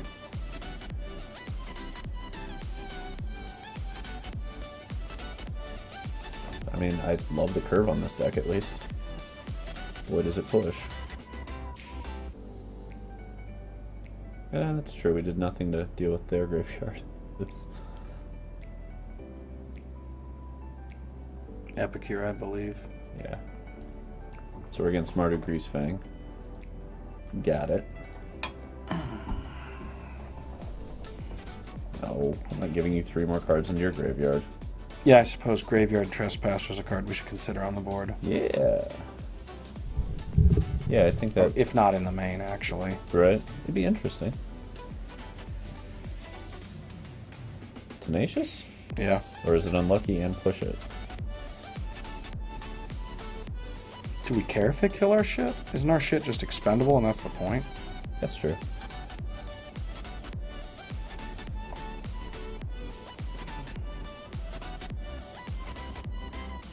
Gotta have some fun.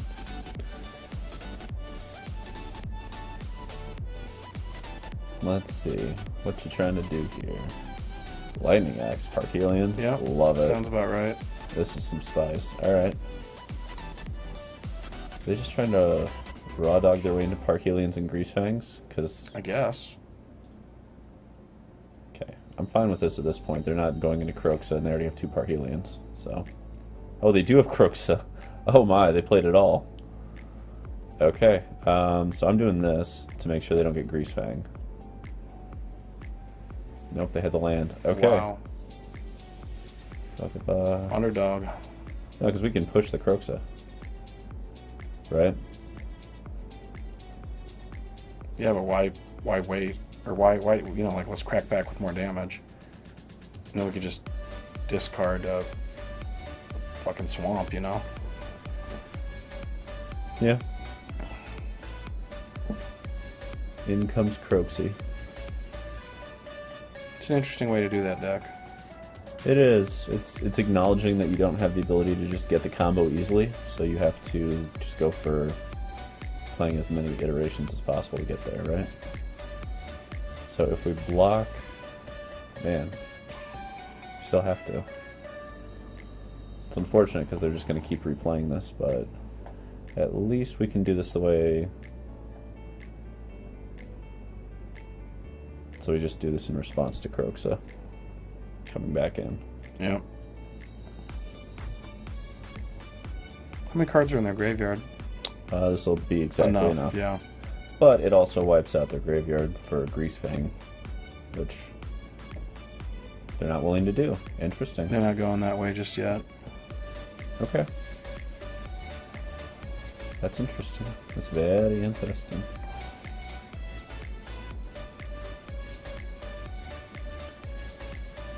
It's got me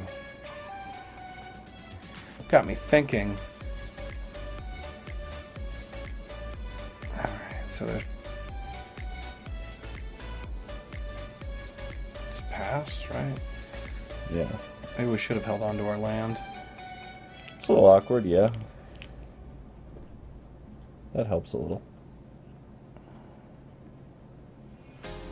So this is definitely a go bigger iteration of this, right? I like what they're doing here. It seems more powerful and less reliant on combo. It's value with the ability to backburner a combo, kind of like what Winota was when we were first looking into the Right. design. It's actually kind of making me wonder if the deck we're playing and the deck they're playing shouldn't be the same deck. Because I really love the grind that this deck is capable of, that this build is capable of. But we were talking about having all these other slots in it, and we don't have a broken thing to do. Yeah, the most broken thing we can do is a Nixilis. Right. I mean, how hard would it be to build an Ob Nixilis Greasefang deck? And then you at least have some broken shit to do.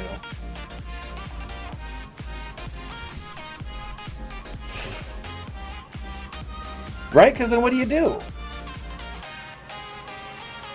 Cool.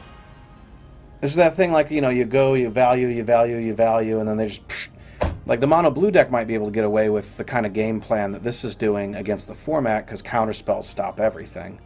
And if they can do the right kind of clock, you can make that sort of tempo deck work. But we are really just playing a value game and facing down something that can just explode. Yeah. You're not wrong. Let's try this. I mean, if we had had any interaction with their graveyard there, I would have felt pretty comfortable in that matchup, frankly. So, that is something worth considering. Just the fact that we didn't have graveyard interaction was what was damning. Like, the Croxes, the Greasefangs, they're only scary if there's no graveyard interaction. That's timely. Yeah. Yeah. But it makes me wonder if this deck just needs more graveyard interaction to push. The problem with that deck, that build of it, is that there's a lot of bad cards that don't do much outside of the combo. Like what, Greasefang? Yeah, the Stitcher Supplier. Like, the Fables are still good, but the Stitcher Supplier is still pretty suboptimal. Right. Like, can you put together Greasefang in such a way where you're not playing garbage? You know, kind of like what we did with Winota, where it's just slows it down a little bit so that it's got a mid-range game with an explosive possibility. Like an oops, I win button. Because there's oops, I win buttons in this format, we should put those in the decks we're playing. Yeah, I'm still fine with this. Yeah, kind of slow, but it's okay. Lands and spells. And maybe really that's what we should be thinking about, is like looking at the oops, I win buttons and seeing what we can do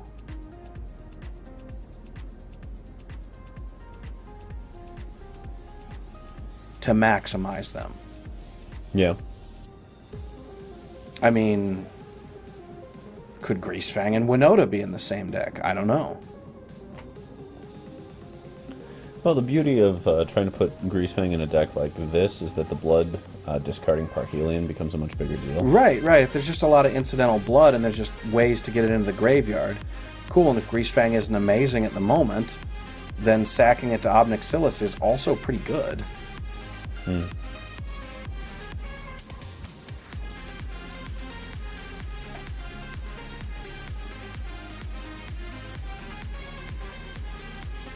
It's one of those things we'd want the Epicures, but we probably wouldn't want the Unlucky Witnesses. Yeah. Maybe something else in that spot. And work on resiliency to... Sure. Or why would we not get rid of the Epicure there? Because we don't care about tribal synergy and we do care about artifact synergy. So we can just make another.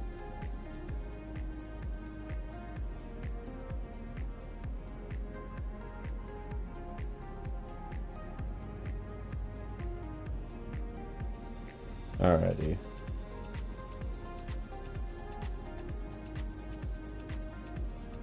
There we go. Beautiful. The second anvil is really where things get spicy.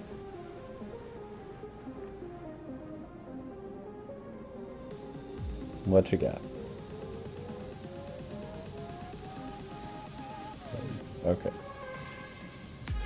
Smack for one. And see what happens next.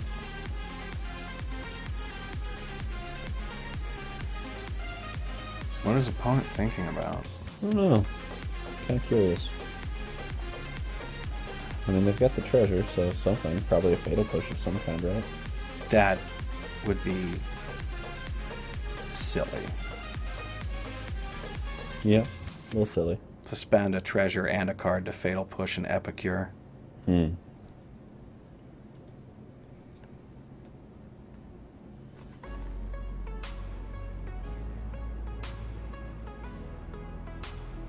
Okay, Chaplain, what you gonna do?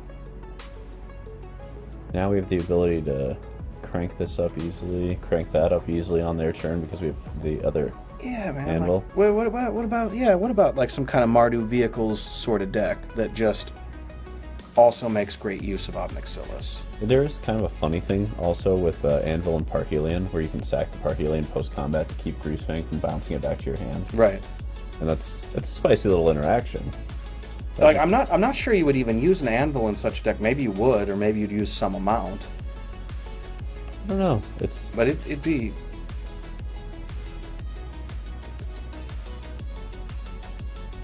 Okay. You got your Parhelion. Yup. And Stitcher Supplier is a very cool card, but I think it's... Can we block and then sack before damage with one of those artifact creatures? We can, but I think we're better off just taking the one because we're going to get our life back anyway. But aren't we going to do that anyway? This gives us one more creature because it triggers only on our turn. So now we can just smack in. They block. They should block the Epicure for Epicure, but if they don't, we'll just use an Oni-Colt if need be. Either way, this is a race we get to win because of Oni-Colt, so I don't care if they swing for one. They should have just left it back to play defense because then I have to swing into it and it triggers. I mean, unless they Greasefang us. Sure. Except we won't let them because we have 2 answers to Greasefang sitting in our hand. And Greasefang only triggers on combat. So we just kill it on impact and they don't get the effect. Which is why I'm just sitting here holding these and I didn't side them out. Because these will deal with it.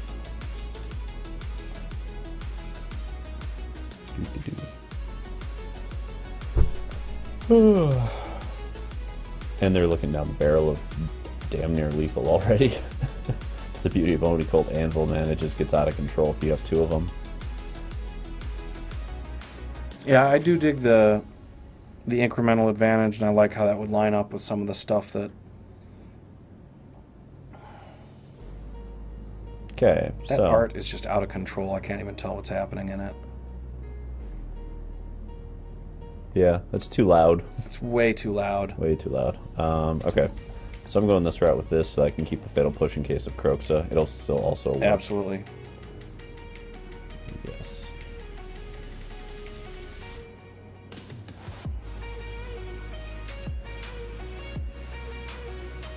No. Enough of that. Well, Take Surge is a pretty good card. Yeah. It's great in a format with Winotas and Greasefangs. Yeah. That's part of what I like about keeping the Anvil engine, is it gives a lot of gas for this. Sure. Okay, so we are going to swing into Stitcher Supplier. I will take that all day. I don't know why you keep doing that. Take it so hard. Heyo. Spice. I don't think we need to swing now. No. Like, I'm just doing this with casualty. Yep. And this is going to be some absolute spice with Obnixie. Yep. Oh, yeah. Attacking's for suckers at this point. If I remember correctly, they lose 2 life. We don't need to make devil tokens here. We just need to make them lose life. Yeah, we've got blockers. We don't need to gain the life. Right. Just do the plus on both. Yep. We've still got Fatal Push for 1 more Greasefang, which means we should be okay on Greasefangs. And that's the power of Obnixilis. Also excellent with the engine of the Anvil. Yeah. So I like pieces. I think the Unlucky Witness, you're right, could go out. We could do something else. Yeah, like there's enough bad cards that we just slotted in. Like, oh, I don't know, fuck it, Thoughtseize. I mean, Thoughtseize is a good card, but just because you're in black doesn't mean you got to play it. Not in the main, anyway. That Right. could easily just be a sideboard scenario. Okay, Right. So they had those 2 in hand. Okay. I'm not giving them gas. I'm moving on. Sure. That's not going to win quickly enough. When they swing at Obnixie, both of them at that, I'm going to block 1 and then sack it to Anvil. Because Obnixie can go to 1. They don't get any gas. And they lose life here. Which, all of these are things I want to be doing. I think we don't play the swamp. I don't know, we just kill them right here now. Oh, then we do play the swamp. No, we don't have to, we can just attack and win. Well, if they... Okay.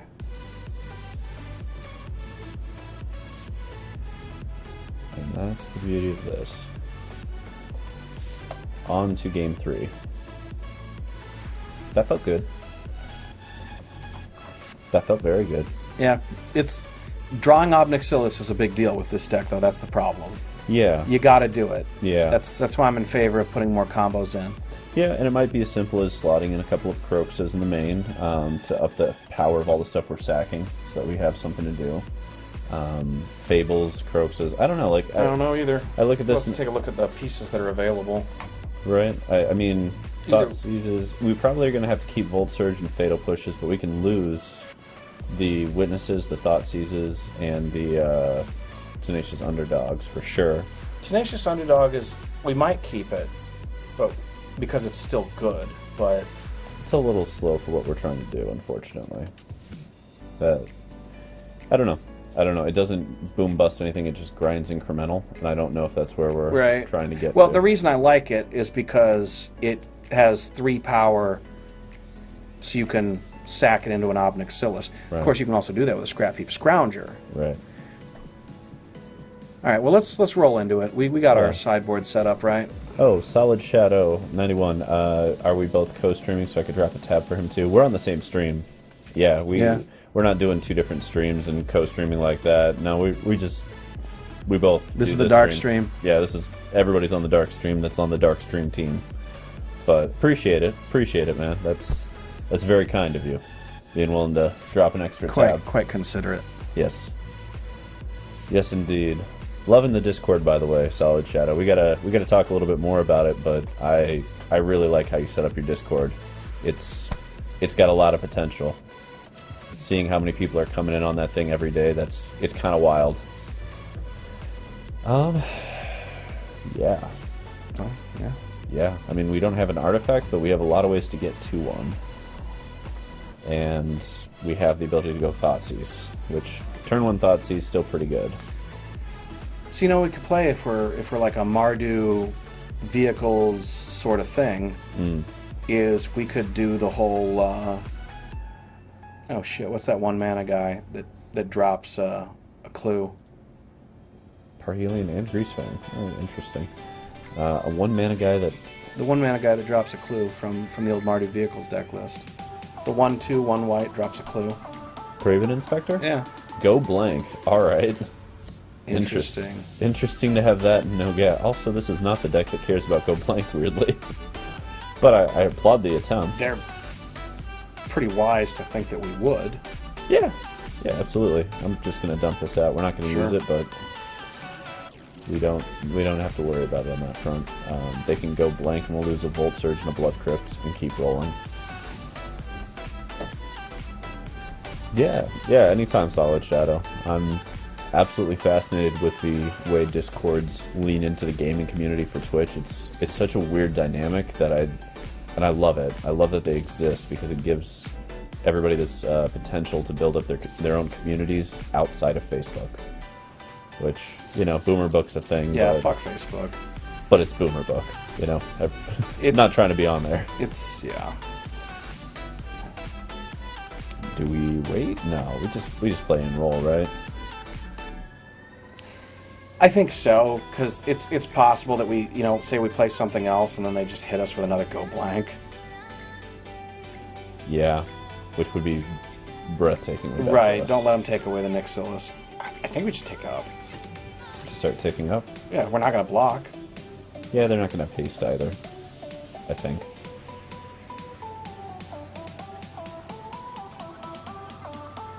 Interesting. I'm surprised they didn't just take the damage, but interesting. What? Love this. Okay. What's this good game business? It's going to reanimate Greasefang! Yeah. Okay, so that's why we don't have Nixilis there, so we can play Unlucky and still have Volt Surge up to kill. Well, who fucking knew they were going to do that? Right. I guess it was still unwise, though, in case they top decked a Greasefang. All right, I think we can be done. Yeah. Let's take our break. It's 5:15. That's gonna blow us out. Oh man. All right. It's been an interesting day so far. We're gonna take a brief. What were we calling it? I mean, it's gonna come in as intermission. I haven't changed it, but I know we're Outer mission. Outer mission. Right. Oh man. All right, we're gonna take a quick 10-minute outer mission and deal with that trash compactor issue that just keeps on happening. We'll see you in 10. Always full of Wookiees. Stick around, guys. We'll have some fun.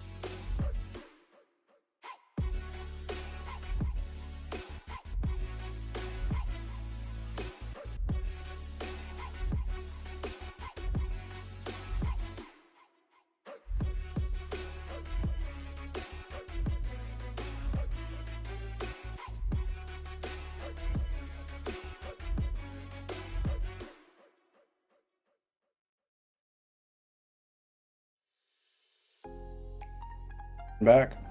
Yep. The question is what we're putting in place. Hey, y'all. Hey, what's happening, everybody? We're back. We're rolling. The dark stream is live. And we're back from dealing with that pesky trash compactor. So, based on the way that game went and some of the explosiveness that we're trying to contain, the question becomes, what do we want to be doing? We should be doing broken shit. There's broken shit to do, we should do broken shit. Okay.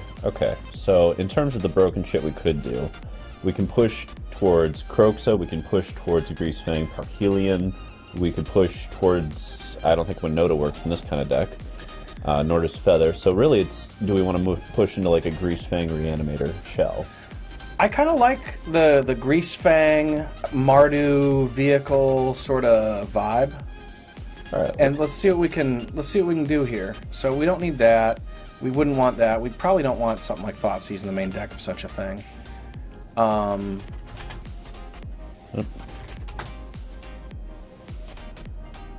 What's Can't Stay Away? So it lets us grab back one of our cards, which is an interesting... I like it as a one-of potentially. So let's look at what we need for this. So we need Parhelions, right? Uh-huh. We need Fables, in all likelihood. Maybe.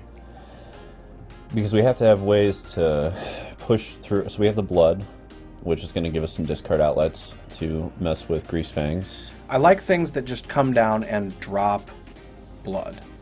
Okay. Things that come down and drop blood work well because they give us ways to get rid of Parhelion, and we don't have to play crappy stuff like the Corpse Stitcher, whatever it is.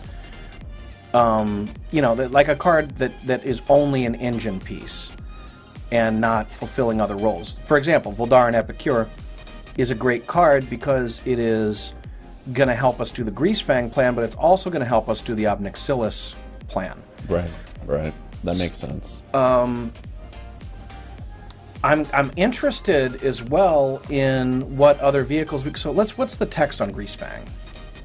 So it'll get us any vehicle card from graveyard to battlefield. There is Sky Sovereign, if I remember correctly. Let's just take a look at what vehicles are available to us. Okay. Let's push over here. So, let's see, vehicles. We have, and let's make sure I'm not missing anything. I am. We'll craft one of these, just in case. We don't want it, trust me. I gotta have one of everything, just in case. Make sure I'm not missing. Ooh, there's a weird new one. Grab you. Getaway car, the spice. I love the spice on this. It's definitely not what we want, but the spice is strong. Okay, we're out of crafting. So here's the thing. We could be playing Heart of Kirin. If we... Because, right, our Bloodtide Harvester can crew it. Greasefang can crew it. Obnixilis can crew it. Obnixilis can crew it, and it can help protect Ob. You know, so then we could start leaning a little bit more into, like, putting together this Obnixilis deck, and maybe not so much like the Oni Colt Anvil stuff, but like be an aggro pressure on deck. Okay. So yeah, like cut the anvils, got some hearts. We've got our 8 removal spells for the broken shit in the format. We've got our Epicures that are going to give us the blood tokens we want, that gives us the ability to combo in hard. And we can probably peel back on some of these too to make sure that... The question is, are we even trying to combo with Parhelion at this point, or are we just doing value Greasefang with like Heart of Khorans and stuff that they have to answer, and they have to answer quickly? Well, I don't know. It's about looking at the cards that are around and seeing what we can do with them. I like Parhelion because the blood lets us toss it out. Right. Easily. And then be able to get it back. If there's other stuff that's, you know, having both players discard or something like that, because then we could get away, you know, with the redundant legendary cards like Heart of Kirin. I would like to try Chandra, Torch of Defiance, in such a deck because it allows us to perhaps cast Parhelion, and it also does the 4 damage that we sometimes need it to do. You want Chandra to try to cast this? Well, I want Chandra to equip Heart of Kirin, and also to allow us to maybe cast Parhelion. Okay. Well, let's push on over to Chandra. Couple copies? Probably 2, yeah. Couple copies. See what's happening. So, you know, do we then go into... Like, how much of this can we get away with, is my question. Yeah. Right? Like, how many of these cards fit together? So, what do we get for, like, discard a card, right? Just that as text. Just discard a card.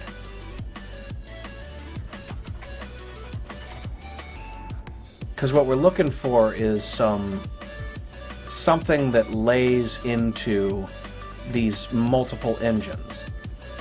Something that can give us some value, but also wants us, or maybe us and opponent, to discard a card that could maybe crew, I don't know, right? Right.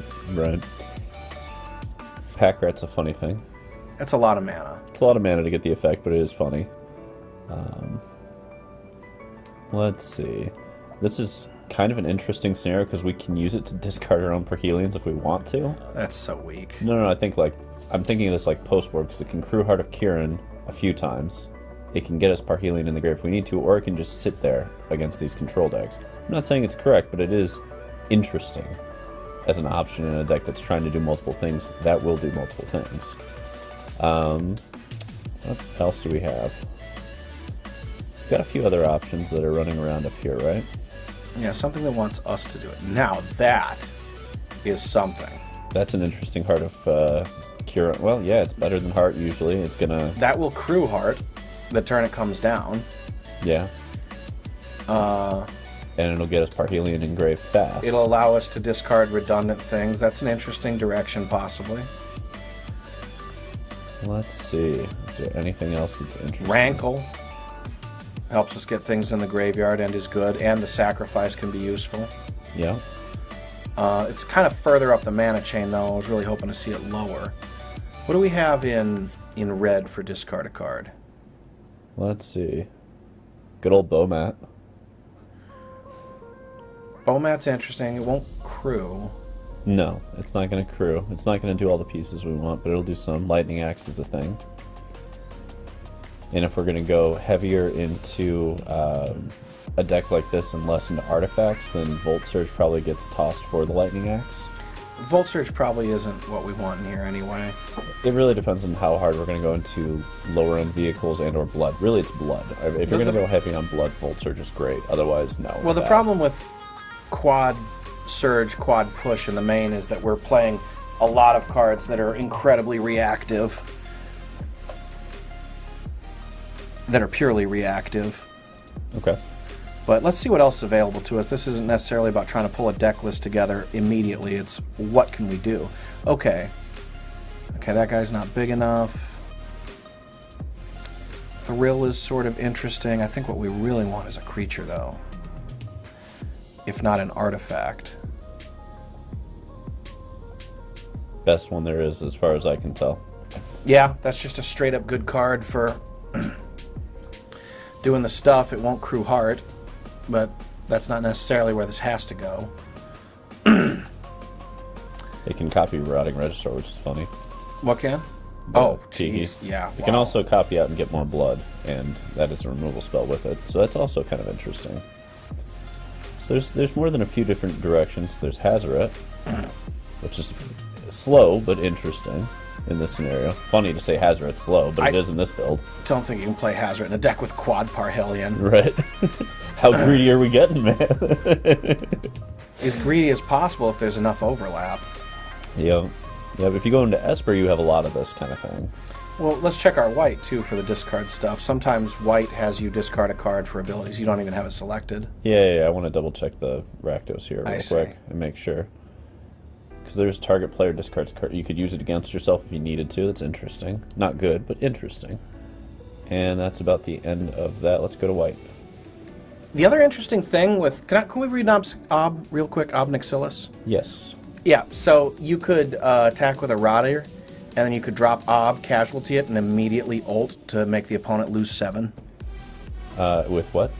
So if you had Rotting Regisaur, right, and it connects, and it hits for 7, you could drop an Ob Nixilis behind it, sacrifice the Regisaur, have a copy on 7 and immediately do another 7.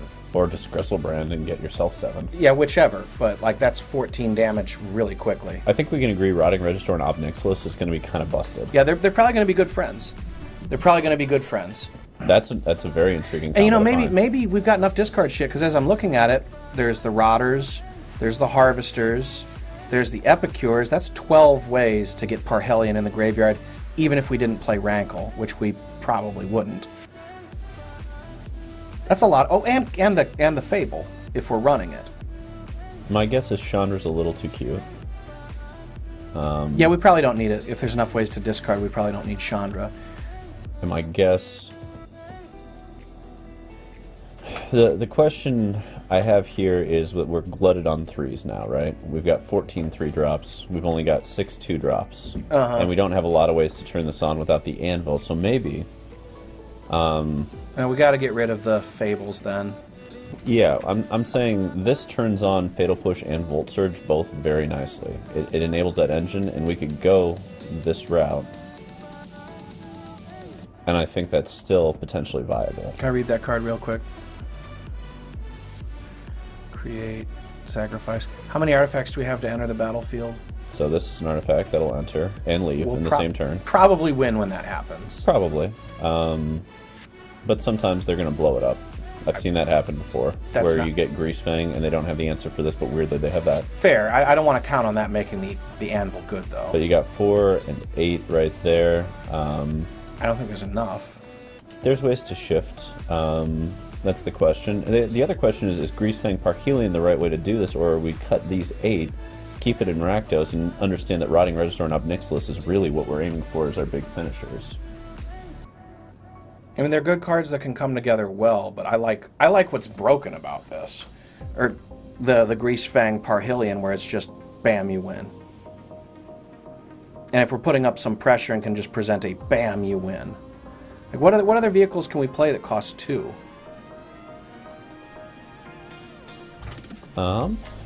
Let's find out. And I do still like Card of Kirin. I just would like more ways to crew it. So you got Bankbuster, Mech Titan, High Speed. You still have Mukatai's Soul Rippers. Good old Soul Rippers. That's some serious value, but Unlicensed Hearse is kind of interesting as well. I've got a couple of these in the sideboard. This would be an important scenario in the mirror, where they're just dumping things in and you're like, yeah, but no. Sure.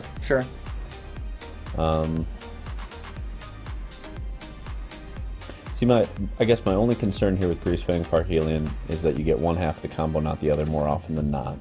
Like, with Winota, the whole deck was built to go, and then you just dropped Winota and boom, it went. But if we have one but not the other, it's not going to do much, right?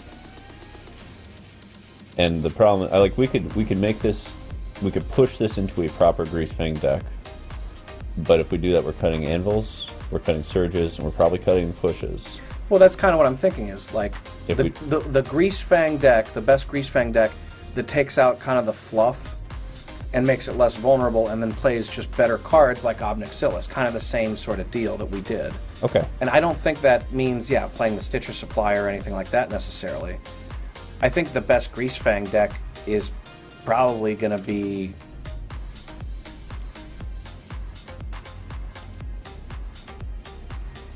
something that looks a lot like Mardu Vehicles, and then just has a bigger whoops I win moment. Right? Because I'm thinking back to Mardu Vehicles from Standard Gone By, where you had this really aggressive Game 1 push. Okay. You had low curve Planeswalkers. You had a powerful Planeswalker on 4, which was Gideon, ally of Zendikar, I think. Okay. And you had the ability to jump into a mid-range deck, but like Game 1, it was just blazing fast. Sure. Okay. So that's what you're thinking for the initial shell. Right. Is there a reason for Epicure? Just for the blood token to get this in there? For the blood token, the Epicure also to sacrifice to Ob Nixilis, and to be able to activate Spire of Industry, so that we can play that and have better mana. So what we need is, do they still have that 1/1 that becomes a 3/1 or something? I believe that there is that. We probably should be playing that. If we're gonna go this route, that'd be my guess. Although there's also this. I'm gonna put one copy just in case I can't find the other. But I feel like it's an Explorer. It is, because it was in. There it is, right there, Exemplar, and then Thraben Inspector's sitting right next to it. All right, so we run it back. If we're doing these, do we still need this? I don't know. Like now we're turning into Mardu vehicles, which is fine. Right, right. The problem with the Epicure is that it won't cure Heart. Or it won't crew it, but it will discard Parhelion. So we have 12 1-drops, we've got 8 2-drops, that's not really a 2-drop, but it's... And the Epicure is still great to sacrifice to Obnixilis. Yes. Yes. So we're glutted on our 3s, but that's fine. That's where we curve out. And this plus Obnixilis is such a weird combo, I just gotta see if it works. Yeah, it's wild. Because it seems like it's insanely powerful. It's wild, and it's also gonna crew Heart immediately. So the downside to this deck is that it's going to be like, the gates are down if they combo off harder, they win. The upside is we're trying to push harder than most decks will. The nice thing about this, by the way, keeping this, is that it turns on Toolcraft. Right. Right, there's a lot of synergy between, look at those first 4 cards, right? Right. That's a lot of synergy, that's a lot of ways to get on the board. So what's the last card? Is it just another heart? Probably. I mean, are there any other vehicles that are worth a shit, is really the question, right? Because we got I think we have pretty solid... Well, if this is a first draft, why not do 4 copies of things and see, with a consistent list, what we can do? That's a fair point. That's a fair point. And before we start getting fancy with shit. Right. I still need to shift the mana base. Yeah, we need to completely redo the mana base. Okay. So let's start with the fast lands. Right. Which we get 8 of. Yeah, we do get all the fast lands. That's kind of fun. Okay. Lands, right? Yeah. Alright, fast lands, where are you at? Little Concealed Courtyard, check. Inspiring Vantage, check. Haunted Ridges are not going to make the cut. No. Sokenzan and probably 1 Den is not. We're not going to have time for castles. Let's just cut everything that we didn't have already and start over with the mana base.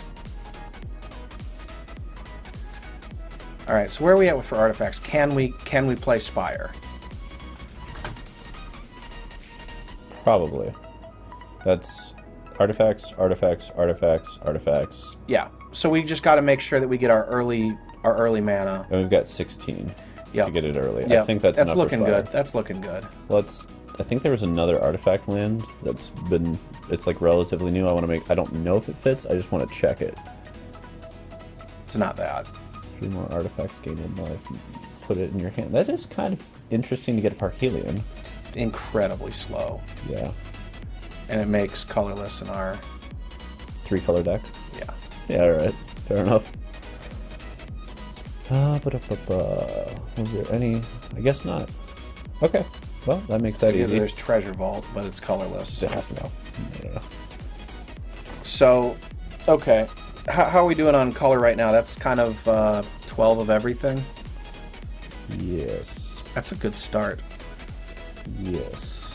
It's a good start, and it's 16 total lands. We're going to need 24. Probably. Something like that. Yeah, let's just run that into best of 1 and see what happens. Just give it a crack.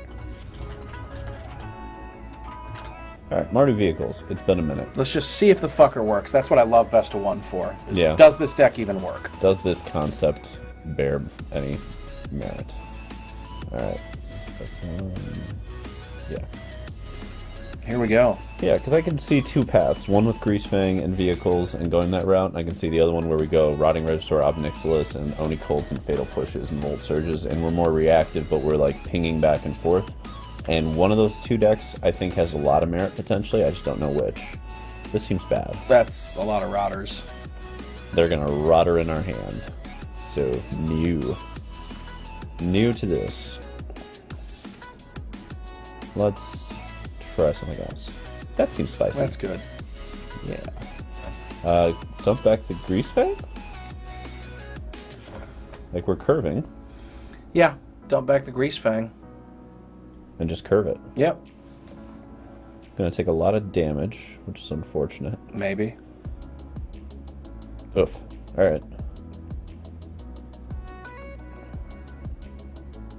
Gonna take the Blood Tithe Harvester? Really? You take Obnixilis. Right? You silly fool. Right, like... You take the Obnixie. And then we just kind of curve it for a second. Mm-hmm.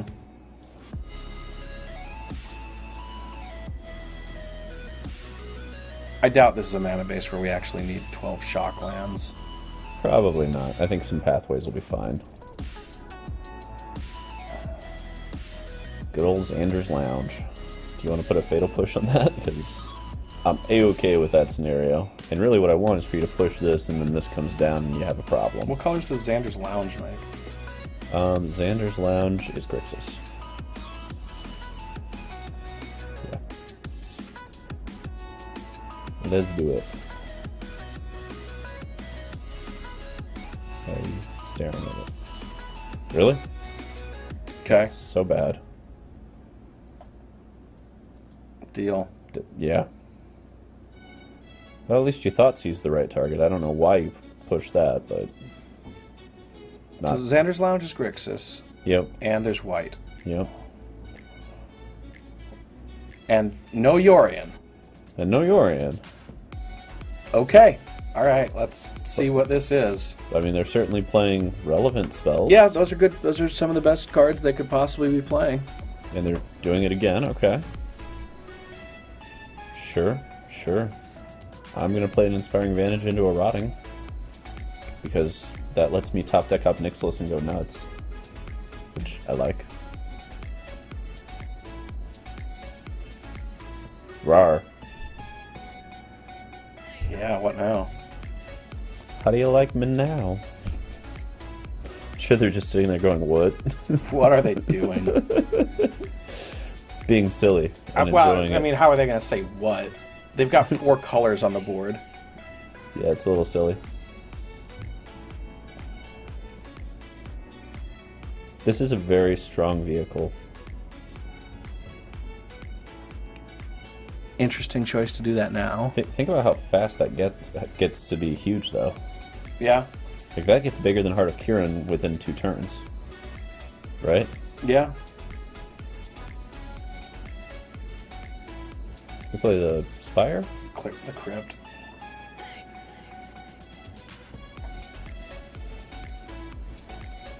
Obscura Charm.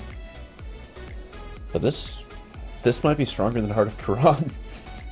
If you can fill a graveyard, we're presenting threats that they're killing. Right. So if you're a Thoughtseize Fatal Push deck, I like that better. Right, I'm thinking for the Anvil build. Where we're doing Fatal Push Right. all that. That's fascinating for that. Faithful Mending. I'm really hoping we can just top deck it and Interesting. Nixilis and slam it, because that would be so funny. It'd be so brutal. They're on Greasefang. Interesting. This is the Esper Greasefang list. Wild. I've seen this before. What's the red for then? I don't know. They got bored. Maelstrom pulse me, bro. Ain't no Parhelions in that graveyard right now. Of course, if they did get a Parhelion, it'd be pretty damning, but... Hell opponent, you got 1 turn to do some wild shit. Right. Or play a Wrath, which you probably have access to. This isn't a deck that I've seen run Wrath. Usually it's, yeah, just targeted left and right. But that's not going to be enough to do what you need. Still, the Unlicensed Hearse, being able to just keep growing, that's pretty wild. From a single, so you can hit your own grave with it too and just keep growing it. I'm going to cycle this to see if I get a Nixilis. Right? Sure. Like, yeah, all we have is 3 drops anyways. We don't go to 4, so alright, that's better.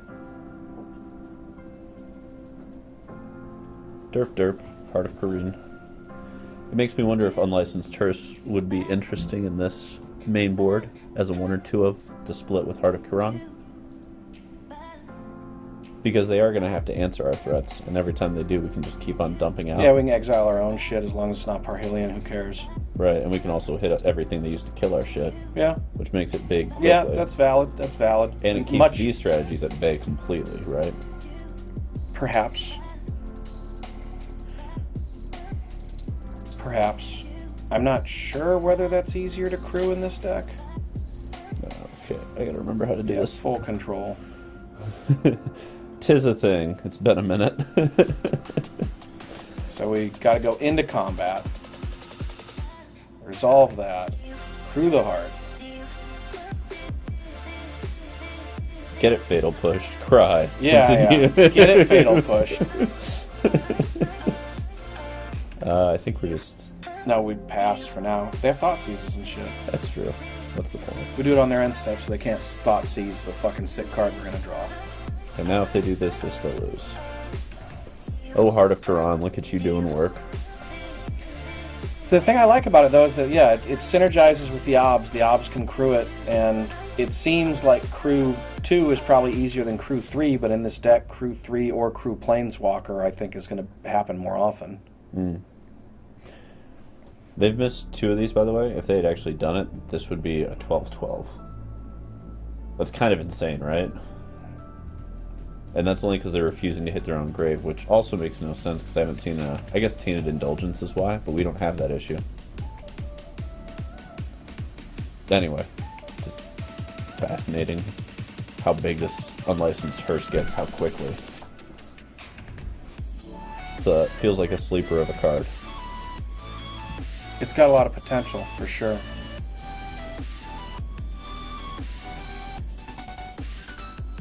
Yeah. Insect Ninjas for the wins. Anything to keep running? Best one, or yeah, let's run it. Let's run a few more. Let's get a vibe for what's happening here. See what's going on. Yeah. So that was just a straight up aggro game, and it worked well. Yeah. Opponent had to spend all their time killing our stuff, and didn't have time to pursue their own combo. True. True. We don't have the ability to do this, do we? Well, No. We can go turn 2 Heart, and then get going?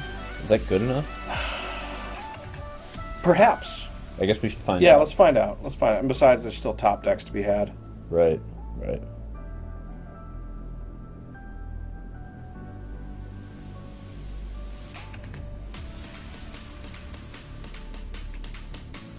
Mardu Greasefang? Maybe.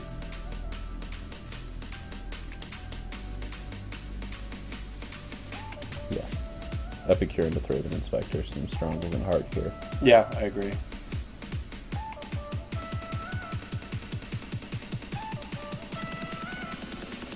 So I'm totally willing to trade these 2 for a Harvester to stem the tide.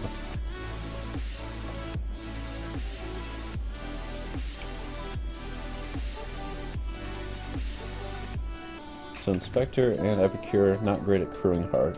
That's a little annoying. Right. Inspector always had that problem. Yeah. That said, the 2 of them together could definitely cure that or crew that hearse. Yeah. They could, and Hearse here would be huge against this Croak Yeah, stuff. it would be pretty decent.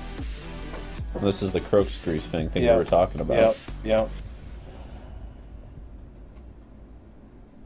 Let's see. That deck is super all in on the graveyard.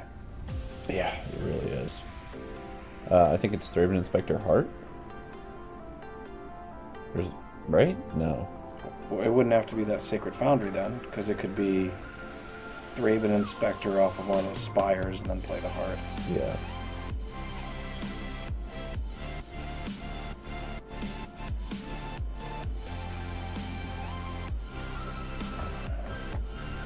Yeah, this feels a little awkward, but I think we can probably keep 1 copy. Alright, I mean, take the Nixilis. Now we could just top deck Parhelion and get there. Never mind. Never mind.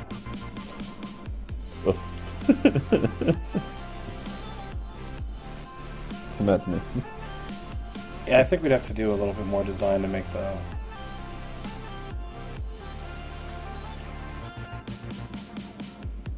Yeah, there's nothing there. I'm still doing it. Yeah. Well, smash with heart, I guess.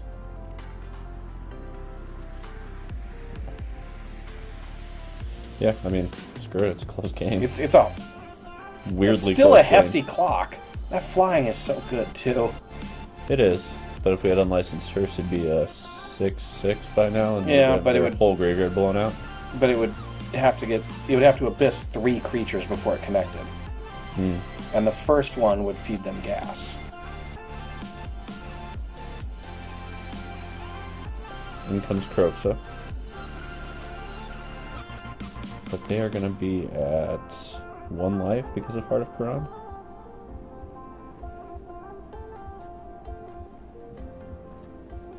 Yeah, so we can... Oh, I will block that.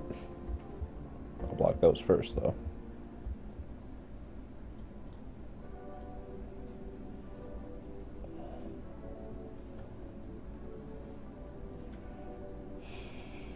I think we draw.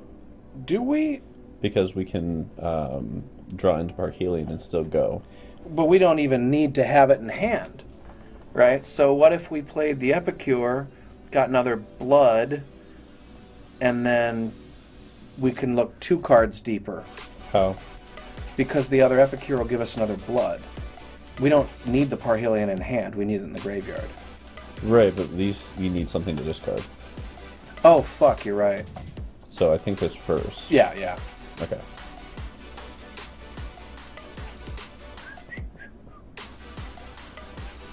Oh, tight. There it is. Oops, I win. It's what we were looking for. Oh, wow, that feels good. Yeah, autopay. All day. Well, let's move to combat.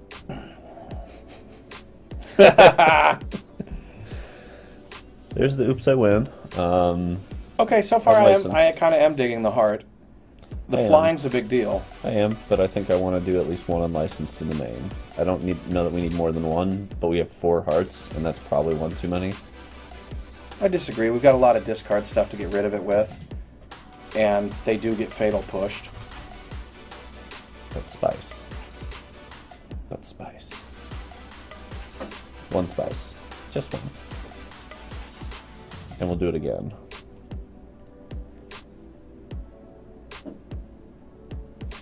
Let's see where this one takes us as we enter the final hour of the doc stream on Wednesday.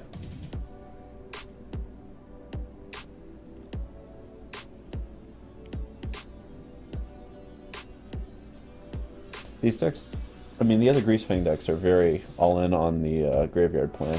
Yeah. That much has been apparent. Yeah. They're bad at doing pressure otherwise too.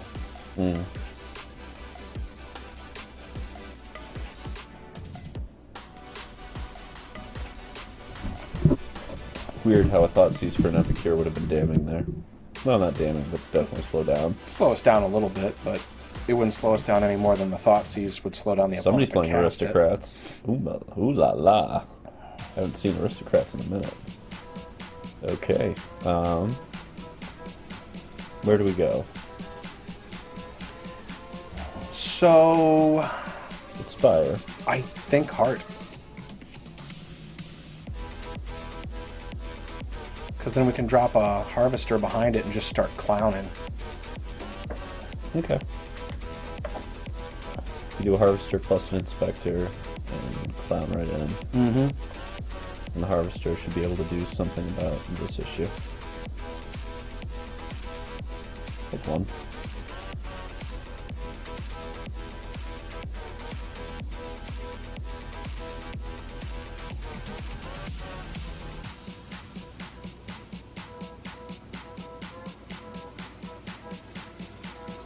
So Blood Tithe Harvester and Heart of Corona are best friends. They're good friends, yeah. That's kind of neat. That works very nicely. Yeah, the Mardu Vehicles-esque build with the Greasefang combo is fascinating. Other creature controls. This is such a weird deck. Okay, it's Aristocrats, but... They've got a lot of pieces, but it's not doing anything there's no yet. sack outlet yet. If there's a sack outlet, it's a much... Just playing it for 0. Okay. Turn from graveyard to hand, but only if they have that.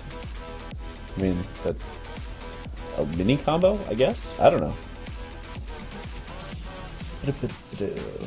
Let's see. So we drop our other bloodline, right? Blood Tithe? Yeah. Well, the question is, are they going to have a combo with this that we need to deal with? Hard to say. I suppose they're not pressuring us, so let's just get rid of it. Well, they're pressuring us a little. This represents almost lethal already, if they have a sack outlet. Then let's kill something.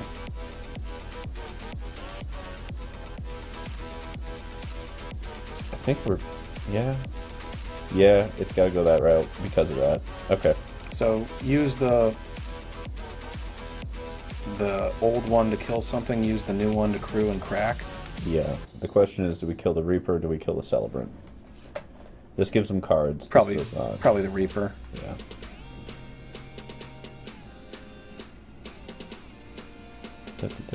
Yep, yep.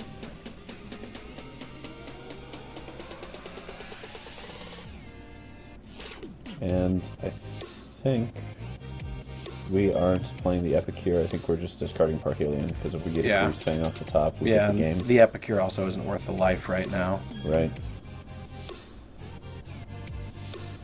Yeah.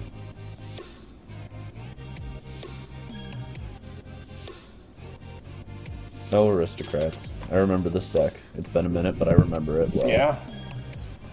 All of the, if we can just keep channeling blockers in front of you while we keep a couple creatures back, you'll eventually lose to that. It's absolutely a deck I want to try in this format. There's the graveyard piece. Okay. Any number of creature cards from your graveyard on the top of your library, draw a card. So they get to put that on top and draw. Nice. Okay. Interesting. It's going to be pretty powerful. They have...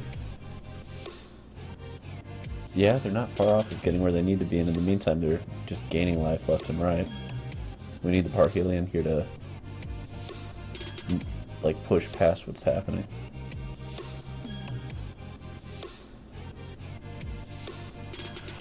Alright, Greasefang. Go, go. Grease it up.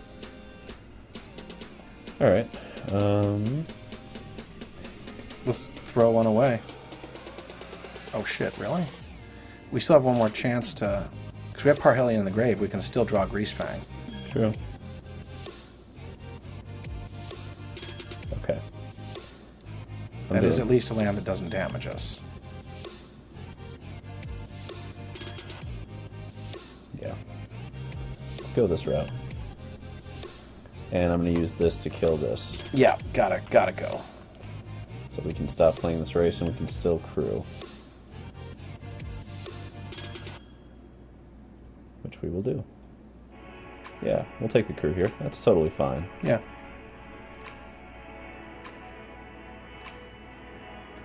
Let's exile some graveyard shit before opponent can do anything. Okay.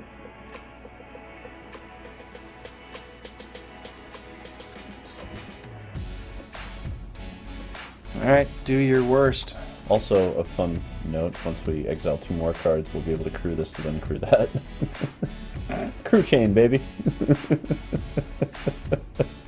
How it be sometimes, It's right? kind of silly. Right. Okay. Okay, you only have so much mana though, so what's the other card? Is there another card? Zoop. Just, well, it doesn't actually give him a life in the end, it just gives him a card and we lose a life. Okay. Do you have 7 more? You got 6 more? For me, I was thinking, like, why aren't you playing Walking Ballista? And then I remember they didn't put it onto Arena. Right. I'm doing this. Yep, let's start throwing stuff away. Make sure we leave a white up, though. Yeah. so not that. We gotta throw away the Concealed Courtyard. Oh, yeah.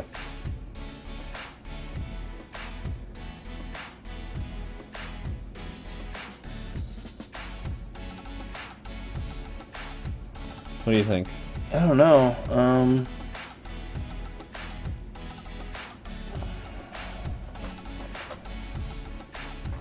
don't know. Well, this is coming into play tapped. We're out of blood to use anyway. Right. So we can do that, and I don't think we need to play this. But I don't think we can swing either. No, I think not. So I'm just going to draw a card, and we'll be able to use... Well, we can't cast it, so let's just pass. Make them guess on what we got.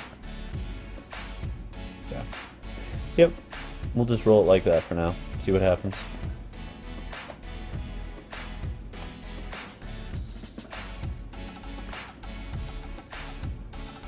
Cool. Spicy. Very cool. Very, very, very spicy. Very cool. Oh, nice. Love that animation, too. Yeah. Wow.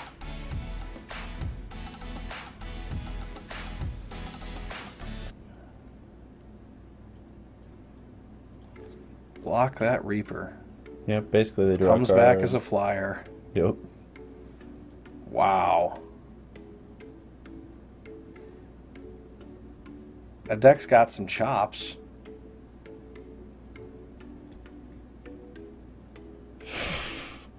Oh man, I think we lose. It's going to come back with flying and do it again immediately. What a chain. What a chain. Wow.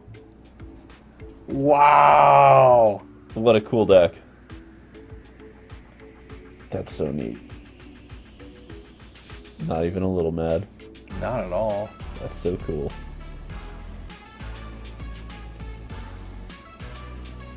Can we win despite all of this? I don't think so, but Parhelion's still the get out of jail free, so Greasefang it. Right? If they don't win this turn, there's still a chance. Yup. All those triggers aren't going to matter if the life total goes to 0. That's where we're at. Yep. Although they'll be able to block with flyers and kill us. Yeah. Well, shit, maybe not. We should have just enough. Yeah. Oh.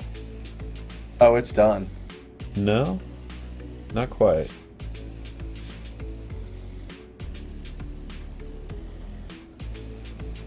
Because that's only going to make us lose... Yeah, we only lose 2. We go to 1. I don't think we can win now, though. Probably not. Not with that. Nope. Alright. Fascinating. Fascinating. It's been interesting so far. That's a cool deck they've got there. Yeah. Don't think it'll be strong enough for the format, but no, I don't think so. It's intriguing. We're running another BO1? Sure. Might as well learn about this. Right. Start figuring out which parts of this deck work, which parts are really good. If you joined us recently, we're running an experiment of trying sort of like a Mardu Vehicles thing in Explorer in Dora that is reminiscent of Old Standard, but we've crammed in the Greasefang Parhelion combo because there's broken stuff to do, so we're going to try and do it. And if you're wondering why we're not playing Winota, it's because we hit a wall. Yeah, I think we took Winota about as far as it can go. There's decks that can go under it. There's decks that can go over it. I think it needs some more stuff. And to be fair, this is a good thing. Yeah. This makes me feel very happy to know that Winota is not just going to, you know, fist fuck the whole format. Well, that version anyway. Yeah. I do want to take a deeper look at Winota, because Winota's also in these colors too. In Jund? Well, no. Oh, you're talking about Mardu. In Mardu. It could be in Mardu. Like, you could be Winota and Greasefang. Yeah. Maybe not, but, like, the same mana base supports them, and I am typically in favor of trying to jam combo decks together when I can. Weirdly, that's happening. Yeah, get rid of it. It's not like we're doing anything anyway. That is the feels bad portion of this deck, because it does have some hot air to it, on a deck that's trying to be aggressive as fuck. There are at least a lot of creatures that are doing things and giving us clues to draw with. True. What? Silver Smote, it's like if you gain life, you can get it back or something. Okay. Interesting. Well, whatever. People are all about going to these graveyard plans. Yeah. All of it? Yeah. Smish smash. They get to trade for the 3/2. No, I'm not doing that. That seems foolish. Alright. Whatever. Maybe they want to sacrifice it to Obnixilis. I don't think Obnixilis does enough here, frankly. Okay, this is just a bad deck. Got it. Don't care. Yeah, this is just a bad deck we're playing against. That's okay. We'll smack through real quick and end the game. Lots of combat.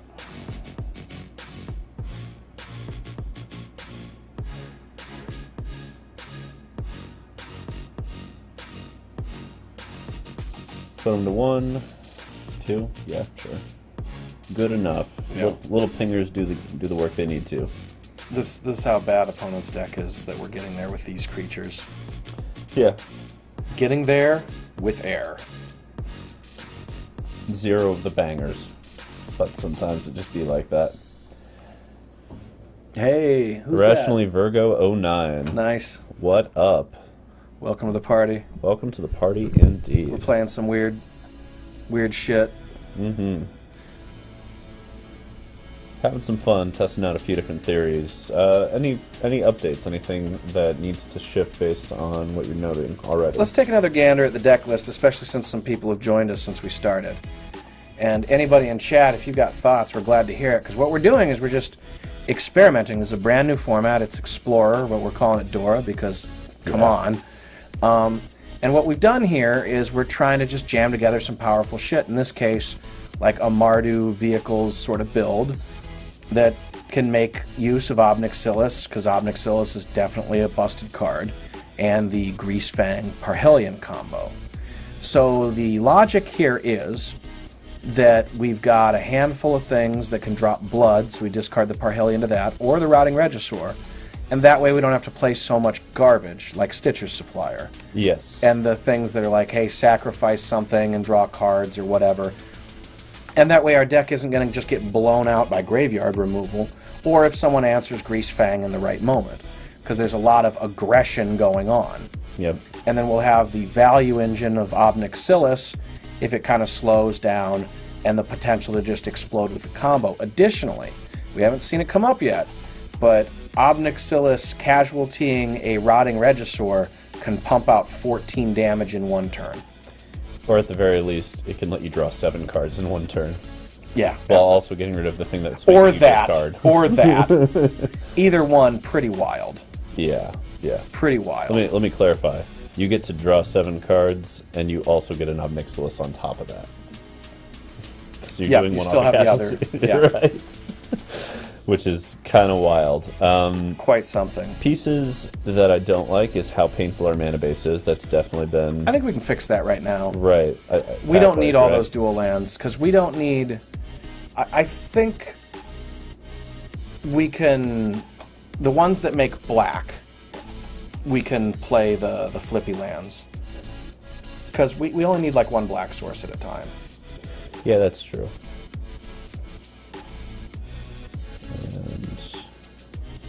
And let's go over to this one. No. There we are. All right, let's try that. That's a lot less pain. we want the double white and red stuff because we have a lot of that stuff, but we're never going to use more than one black mana at a time most of the time. Has there been anything that we've noticed that was kind of awkward in this list? Not yet. Not yet. Sometimes things haven't come together. Background for wedding planning? We're happy to be the background for your wedding planning. That's what we're here for. Be the nerdy background. Absolutely. Yeah, why not? We'll geek out about it. I mean, this feels like I'm missing a piece of vehicles. Is there anything else in vehicles that we just haven't messed with that's sitting around in Explorer? I don't I think so far it's just like, let's try and make this work as well as it can. Right. I'm still in favor of cutting that hearse from the main and just going 4 Kieran so we can just pound through. Especially with so many discard outlets to get rid of the redundant copies. Okay. Okay. And the flying's been huge. Sure. Okay, let's give this a shot. And run it up in best of 1 rank now. So far we've just been doing casual best of 1. Yeah. Let's get out of there. We gotta play ranked. Let's push it in. Gotta play ranked and play against the serious opponents. That last one was playing a pile of trash, and bless them for it. A pile of trash, Jund. I get it. I'm there. I'm all about it. I'm all about it. It's hard not to be about it. It's Jund. It's just too much fun to say no to most of the time. Alrighty. Yep. That'll do. That will do. That gives us the ability to push into just needing a Greasefang to go boom, boom, boom. And we can dig into it by dumping those Parhellions. Yup. And actually the question's going to be whether to dump a Blood Tithe or to go Volderon and pop out a Blood Token to get started on that train. I'm in favor of going Blood Tithe. Okay. To turn the pressure on, because we don't know. Opponent might not put anything on the board for a while. True. And that's a lot of clock. Right. It's a good point. And they are on Bug, which I don't exactly know what that list looks like. Well, there's no Yorion in this one, at least not as a companion. I'm smacking. Yep. And I'm probably dumping 1 more Blood Tithe because Meat Hook still doesn't kill it all. Yep. Which is enough for me definitely after that. Alright, well, just deploy it all. Yeah. Yeah, let's just run them all out and get cracking. If they get us, we'll just rip through blood until we find something we want. Yeah, all we have to do is find a Greasefang at this point. Right. And if they Thoughtseize us, I laugh. That would be great. Right. Ooh. That is really potent against us. Okay. Kind of. We're still just going this route. And deploying threats, smacking them in the face. They're going to get a Parhelion, but then if we top deck a Greasefang exactly next turn, it's pretty rough for them. Well, we have the other one, even if they exile our graveyard, who cares? Right.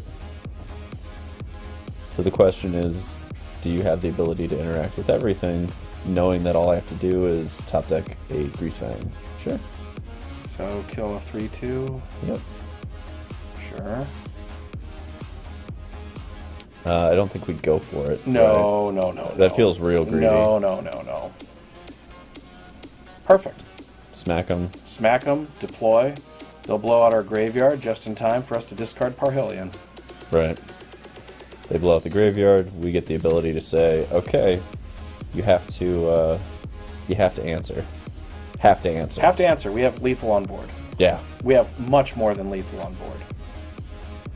And we can also top deck things like Up Nixilis and go nuts. Which would be enough to win on the spot. We can win on the spot right now. That feels pretty good. Okay. Up Nixilis now lets us win on the spot.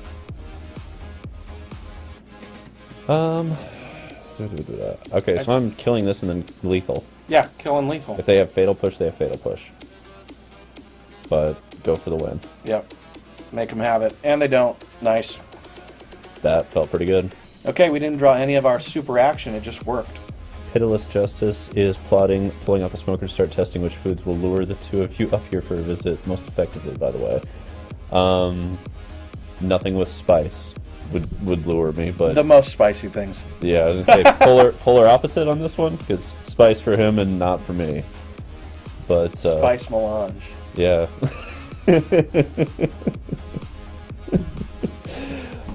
Some good ribs. That usually does the trick for me, frankly. And especially in this economy.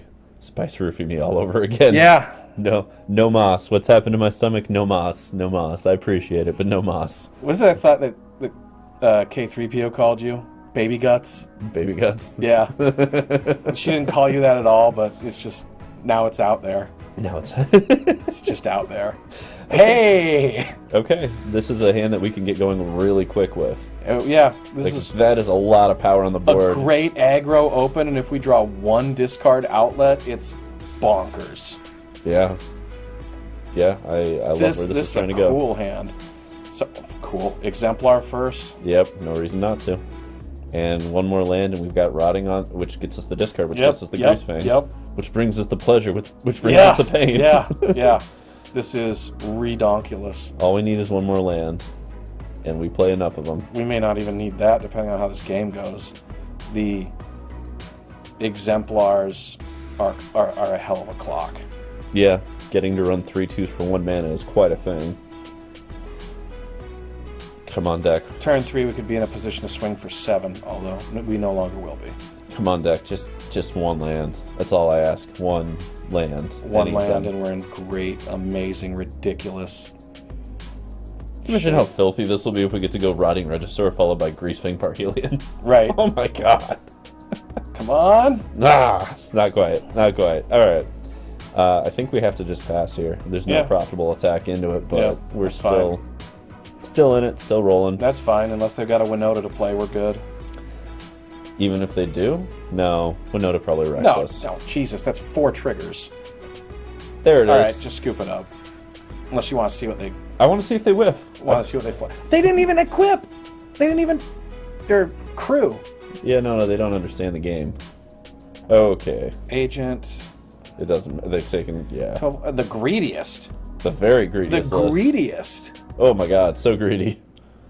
Yeah, you gotta have those kind of opens if you're gonna play it that greedy. So it's worth noting though that even if we went Rotting that turn, we were still gonna lose this game. We were still gonna lose, yeah. Okay.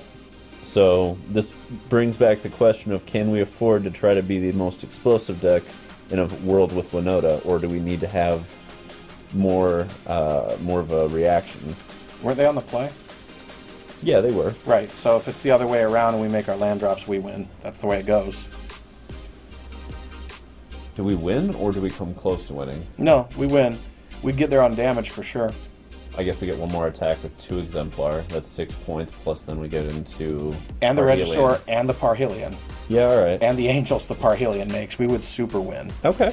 That's a fair point. So we get to explode in that scenario. What we needed was one more land and to be on the play. And the difference is, the biggest difference, so yeah, we get our nut hand on the play, we win. They get their nut hand on the play, they win. That's the way it is. Yeah. At least in Game 1. Game 1, yeah. But, if we were playing against a Yorion deck, I think we smoke them. That is true. Against the Yorion deck, they're going to have to deal with so much pressure, and then... Right. All those Toolcraft exemplars, if they're like, some enchantment that draws a card or whatever. That's not good enough. Dude, that's just not good enough. Love this name. Good old Gooby-Doo. Gooby-Doo? Yeah, baby. This is pretty slow, but it's got all the pieces. Almost our entire deck is under this curve. So, top deck a little bit and get there? Yeah, I mean, like, we got the pieces of awesome. What do you know? There's one of them. Right? Yeah. Right. Yeah. Loving that we have the pathways. Those have been... That's making a difference. We've saved a lot of life on those. If we can draw an artifact here, Obnixilis can come down and copy at 3. Yeah. Is this Gates? We're playing against Gates. Ugh. I didn't know this was still a thing. I doubt it is. It's in ranked.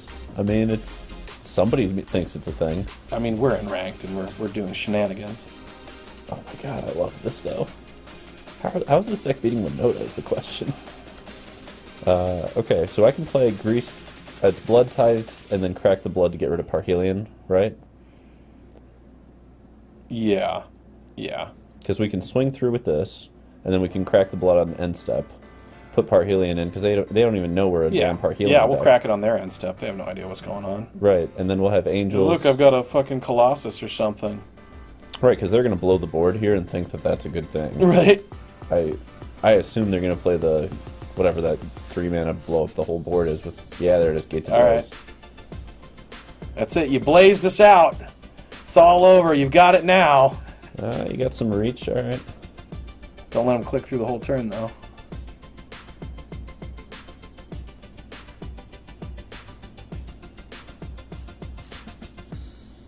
And they're going, what? What? Wait, what? Yeah. Oh, yeah. Haven't gotten to do this before. Right?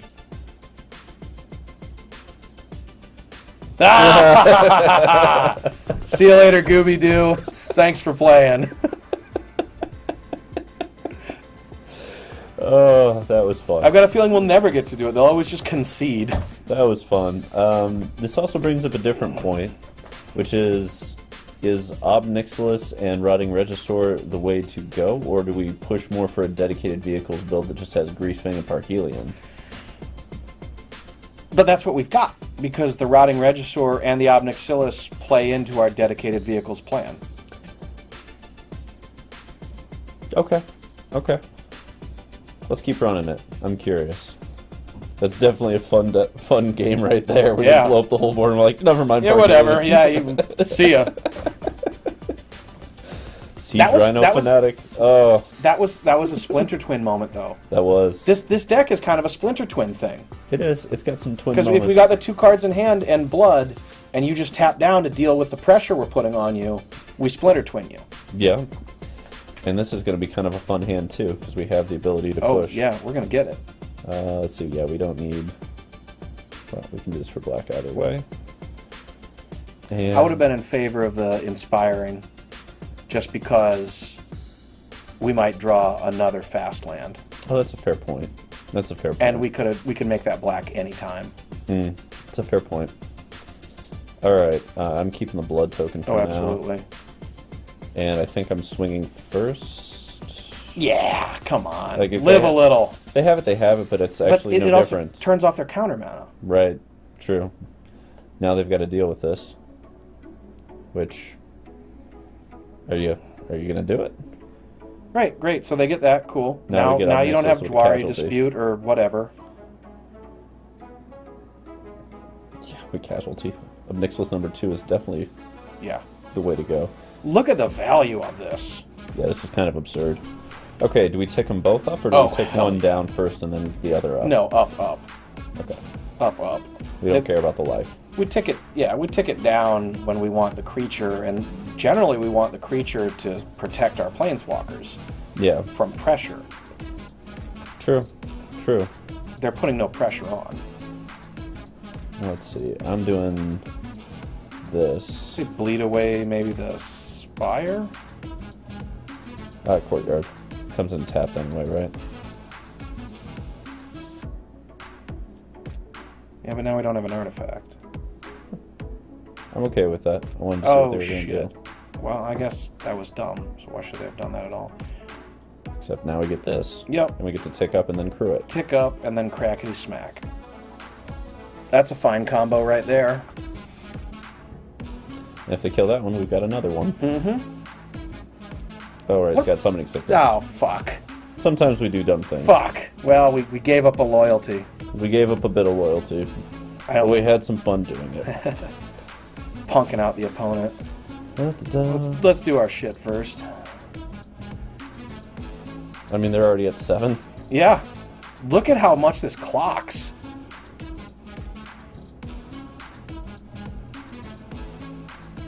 This is kind of absurd in terms of the clock. If they let this go, it's... Like, they can't let this go. Okay. They have to block. Yeah. Yeah. Which means if Nixilis stays alive and we get to do this. Awesome. And make a land drop. Well, we also have a blood. Do we want to pop the blood off first? No, let's do it on their turn. Okay. I mean, we don't really want to commit more to the board, do we? I'm putting that down. Is this non-legendary? Which one is this? It is the token. So we can just play another. Yeah. Yeah, we can. And we can do another copy. Yes, That's we can. Also not legendary. Yes, we can. Wow. Yes, we can. You killed the wrong copy. Killed the wrong Ob Nixilis. Amazing. That feels so filthy. Oh! Yeah, dude. There's something here. There's something here. That was spicy. There's something here. There's a lot of way these pieces are coming together. Yeah. Yeah. That was very spicy. Yeah, this is like Mardu Splinter Twin, kind of. Yeah. And if you're popping in recently, what we're doing is we're doing the Dora the Explorer format, and we're trying a Mardu Vehicles type deck with Ob Nixilis, but also doing the Greasefang Parhelion combo. And we're playing a lot of creatures that make blood or there are rotting Regisaurs. Which puts us in this position that we saw come up at least once where it's turn 4, or it's about to be turn 4, and we can, it doesn't even need to be, and we can dump off of blood a Parhelion into the graveyard and then untap and play the Greasefang and just get after it. But we're also clocking hard with this deck. Yeah, it's got a lot to it, a lot to offer. Wow. We're kind of seeing what the power level is going to look like here, because we are one Greasefang away from blowing out the opponent already. Right. And we're still putting pressure, and we're going to put even more. Right, and this ain't nothing. No, this is 3 a turn. Okay, so they get the Rotting Regisaur, which they had to hit there. They had to. And of course, we still have that blood to get rid of Parhelion when we're ready to do it. And clues to draw more cards. Yep. All the while clocking. So I'm going to start here. Yeah, they know we've got it. And they don't know we have the other one, so they might waste their resources trying to do exile stuff. And by... Oh, yeah. I'm taking 2 so I can draw a card. Because we want the card more. Right, and by the way, that is the only graveyard interaction we have, is pulling back Parhelion. Yeah. So to the extent that people mess with the graveyard, it's got to be Parhelion. You got to get the Parhelion only, and okay, they lose. Yep, they're about to get blown out. They don't understand they're playing against Splinter Twin. You can't do this against Twin. But this is gonna feel real good, guys. Oh, I will discard a card. Yeah, of course. You're goddamn right. I will discard a card. Yep, I'll play this too. That puts it on black. Black, I guess. And we can do both. Both is good. Yeah, sure.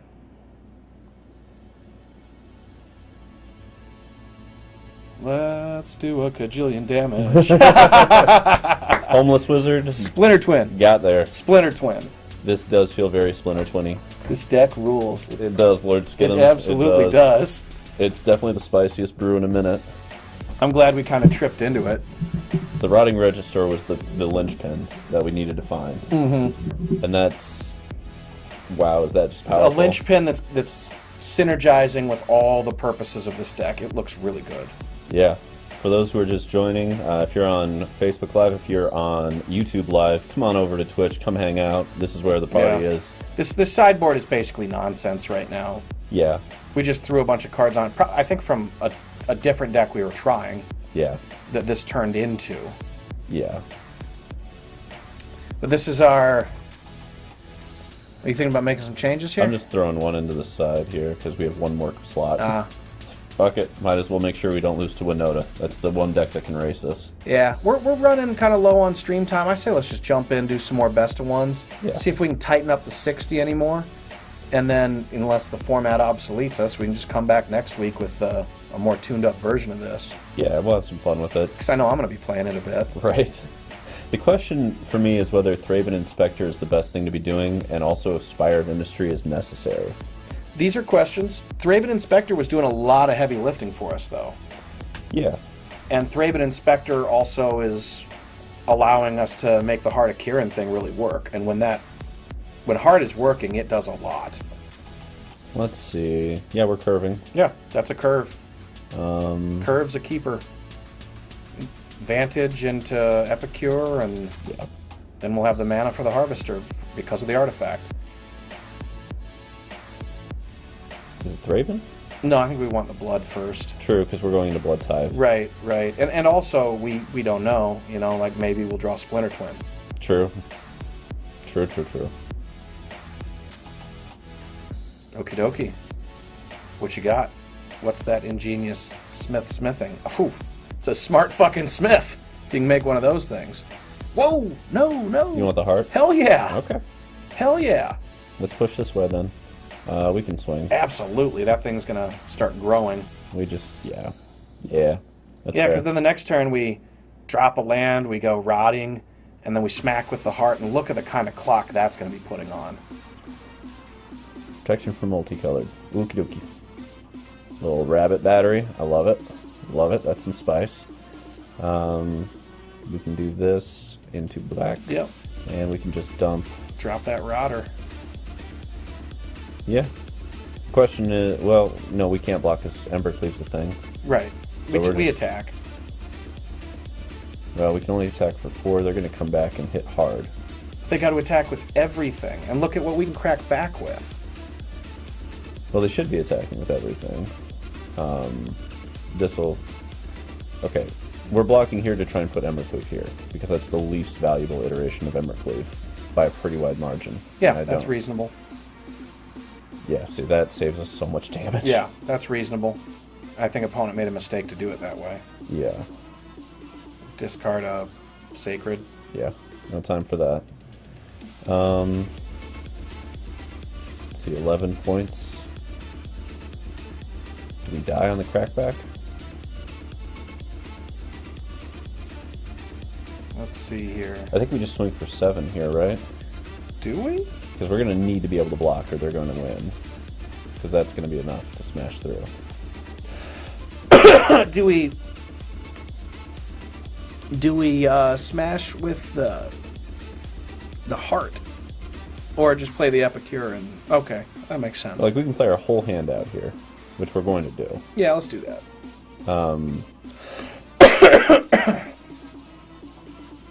And I think we just hit with this because that gets 7, which puts them at 7. Which means they have to hold back, potentially. But what happens if they move the Embercleave over that 3/3, make it a 4/4? Then we just suck up damage and smack back. Oh, yeah. Yeah, I guess as long as they don't put it onto that Stonecoil Serpent, we can just kill whatever it's on as well. We can still top deck Park Healing, use a blood token, and then get, what do they call it? Greasefang off the top. Mm-hmm. If we go runner, we also just win on the spot with this scenario. Okay. Okay. That's an interesting choice. So we crew it. Do we? Let's look at what they have.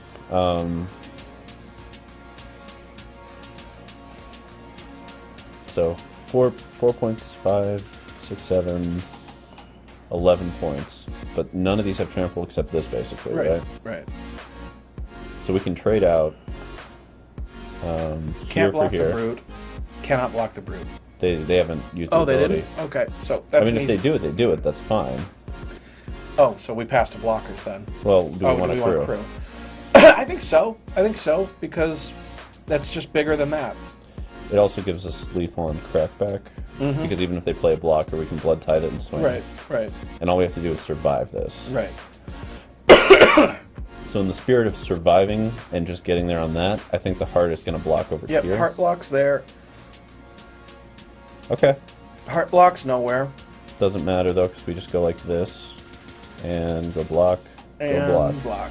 Whoa! Switch them up, because the Stonecoil has trample. Gotcha. Block, block, take 4. Block, take 4. And if they pump it, +1/+1, we still live. Yeah. And if they play a blocker, we still win. This gets on the board quick. That's pretty solid. Kill him? Yeah, that's it. That's it. Rotting Regisaur deals 14 damage to close that game in 2 turns. Yep. Wow. This is probably the best deck I've seen Rotting Regisaur in. This is definitely the home it was looking for. Yeah, because it, I mean, as an aggro card, as a discard outlet, crewing the Heart of Kiran, so it sort of kind of has haste. Right. And it's a great blocker when it needs to be. Yeah. It sits there and forces them to evaluate it for itself as a 7/6. And even if they're like, oh, the discard's going to hurt them, maybe not.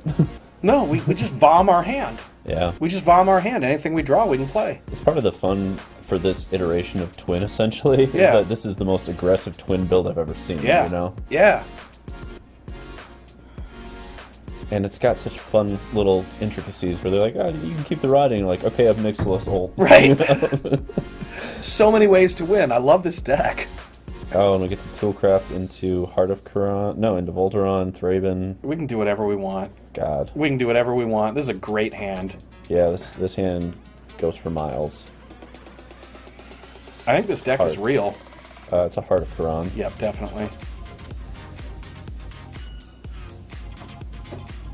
Gonna shock our guy. We can go 1-for-1 on Toolcrafts. All day, baby. All day. Sure. Oh my. What do we got? A Blood Tithe? Sure. Sure. We can deal with that. Okay, are we just using the clue here to draw? Or no, we want the blood. Yeah. And we can blood away. We want to get on the board too. We might get another 1-power thing, and then next turn we can crack with heart. Yeah, and we can blood away the extra heart. Also true. Yeah, just blood away the extra heart. We don't need it. Which weirdly gives you a little mini combo with Greasefang if we get it. Also true. Sometimes you Parhelion, sometimes you heart. Although we've got one on the board. Yeah. Maybe they'll exile it. I'm sitting there like, what the fuck are you guys playing? I know. What kind of derpy bullshit is this? It's the derpiest. That's the answer. It's the absolute derpiest, and we love it. Alright. We'll do this. Yay. Cool. If we want, we could sack a heart to make a huge copy. Except we gotta crew it first, which we can't quite which we do. can't yet. Okay. But that's okay. So let's sack an Epicure. Yeah.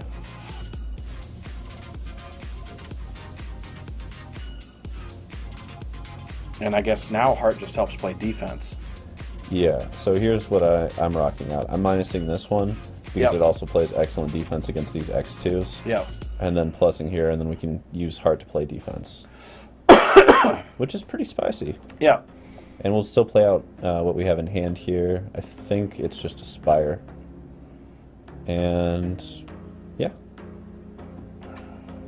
This is a much more grindy game than we've played in the last few. So I'm curious to see, can this deck grind?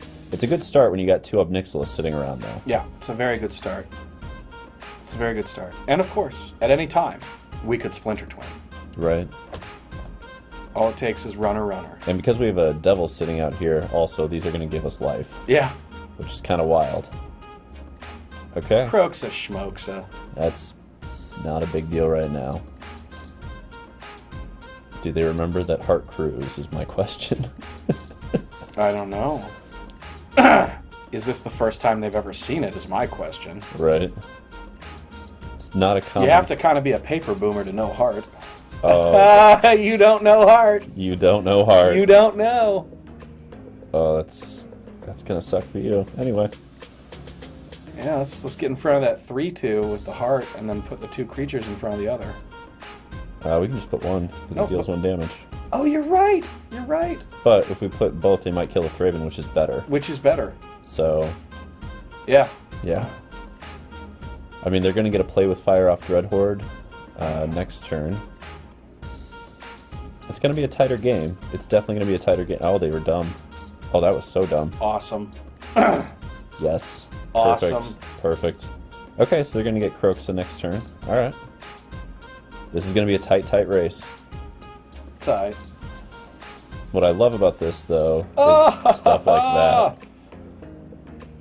that. I guess we can wait. Yeah, let's make them make their choices first. Let's go ahead and gain 4 life. While they lose 4 life, and then we can crew heart once here and once there. Yeah. That's pretty absurd. Yep. Whoa. Yeah, because we're leaving this back so that they have no way to swing into it equitably. Like, we're not crewing Right. Then we can block with both. Uh-huh. Yeah, that makes sense. Obnixilis works so well with Heart of Kiran. Yeah.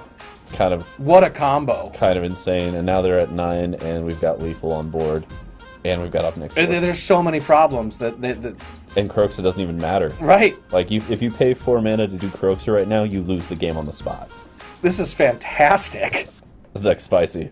I mean, the best thing that they could do is kill one of these things? Right? Yeah. I don't know what they're trying to do, but Croaksa ain't gonna be enough. They need a Farewell. That's about all I can think of. Farewell doesn't hit walkers. All right, now they lose. Yeah, Farewell doesn't even hit walkers, though. Oh, really? You don't have an option for walkers? It's the one thing it doesn't hit. Oh, wow. So Obnixilis gets right through it. And this doesn't even have the ability to cop. Wow. Yep. Okay, they lose. Yeah. Oh, okay, so they're going to play with fire to kill. Okay, so they traded Dreadhorde for an Obnixilis. That seems fair. I too would go that route. Let's see which one they target.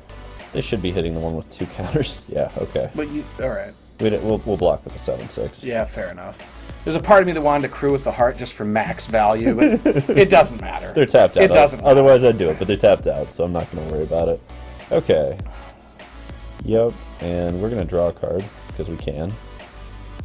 Because we also get that. Sure. That was the wrong way to tap, though, because that was our only red mana we just tapped. Fair, fair, and a good point. Okay. Not punished, though. Not punished. Tick up. Dink. More life for us. And they have not enough to reanimate Kroxa. We're going to swing everything. No, because then they get Stitcher Supply. Right, they could just block the little But otherwise guy. they're just going to create a copy and smack. They can't create, it's legendary. Oh, right, they can't do that. They cannot. Okay, so this can crew this, though. Correct. Which we should do. Go to full control, move to combat. Yeah, I think we're just swinging that way, Yep. and putting 4 points on like that. Yep, and then they're dead next turn to heart. Yeah. And meanwhile, this still has vigilance, so this can still get it. Yeah, push come to shove, it can be a blocker. Fucking heart. Oh my heart. Heart and Obnixilis, best friends ever.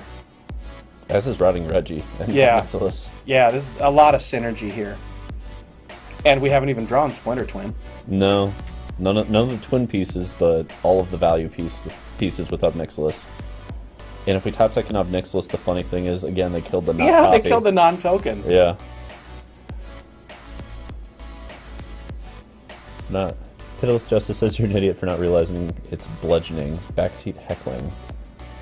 With regards to what? Yeah, I don't get it. Yeah, I'm oblivious. Oh, we gotta... Are they not? What are they... It doesn't work, it's a legend. And you're already in combat anyway, so you couldn't do it even if you wanted, even if it did do that. But I'll trade Rotting. He said it too late. I see. Yeah, I will trade Rotting for that. Obnixilis is doing more. And gives Not us... the devil? Not the devil. No, because the oh, that's fair. Just chump. Just jump, bruh. Yeah, just fucking chump block. We don't need to gain life. And we can put him to 2, which means Obnixilis has to force the Okay, discard. concede. There we go. Yep. Woo! We had him dead with heart. He said it too late. He just wants you to question yourself. Oh. Fair enough. Fair enough. Are we running another? Let's run one more. Yeah, let's do another. By the way, a big shout out and thank you to everybody who tuned in today. Yeah. Love seeing it. Thank you for the support. It's been a lovely stream. Yeah. Continues to be. Yeah. I wanna be able to do a Splinter Twin game here so the people can see the awesomeness of this. Gotta give the people what they want. this high pressure deck that creates a lot of mid-range value. Yeah. And then can just win out of nowhere. Yeah. Going up against Full Effect. Alright. Well, this is the hand for it. We just need a Greasefang. Yep. And it's a fine curve anyway. Yeah, that's exactly how I want to be curving. We just get to go like this and smack smack. Sure. Everybody's so obsessed with graveyards. We're doing... Oh, okay. So we're playing They're Parhelion balls versus to the Parhelion. wall. Yep, it's Parhelion versus Parhelion. And the question is really whether or not they get it turn 3. Because we don't have the ability to go on turn 3. Yeah, they're and definitely better set up to get the game ones. But once we figure out a board for this, we can just go after people's sideboards and they're boned. Meanwhile, we could just board out the only part of our deck that cares about the graveyard. So based on that play, it's somewhat unlikely that they have a Greasefang, because that is a card that's trying to find, if they already have Parhelion, Right. they're playing that to find it to reanimate it with the Can't Stay Away. So that would be my guess on what they're trying to do here. Whereas I am just going to keep smack. Like, yeah, it gives them more opportunities to hit Fuck it. it. But This is a combat damage hand. Yeah.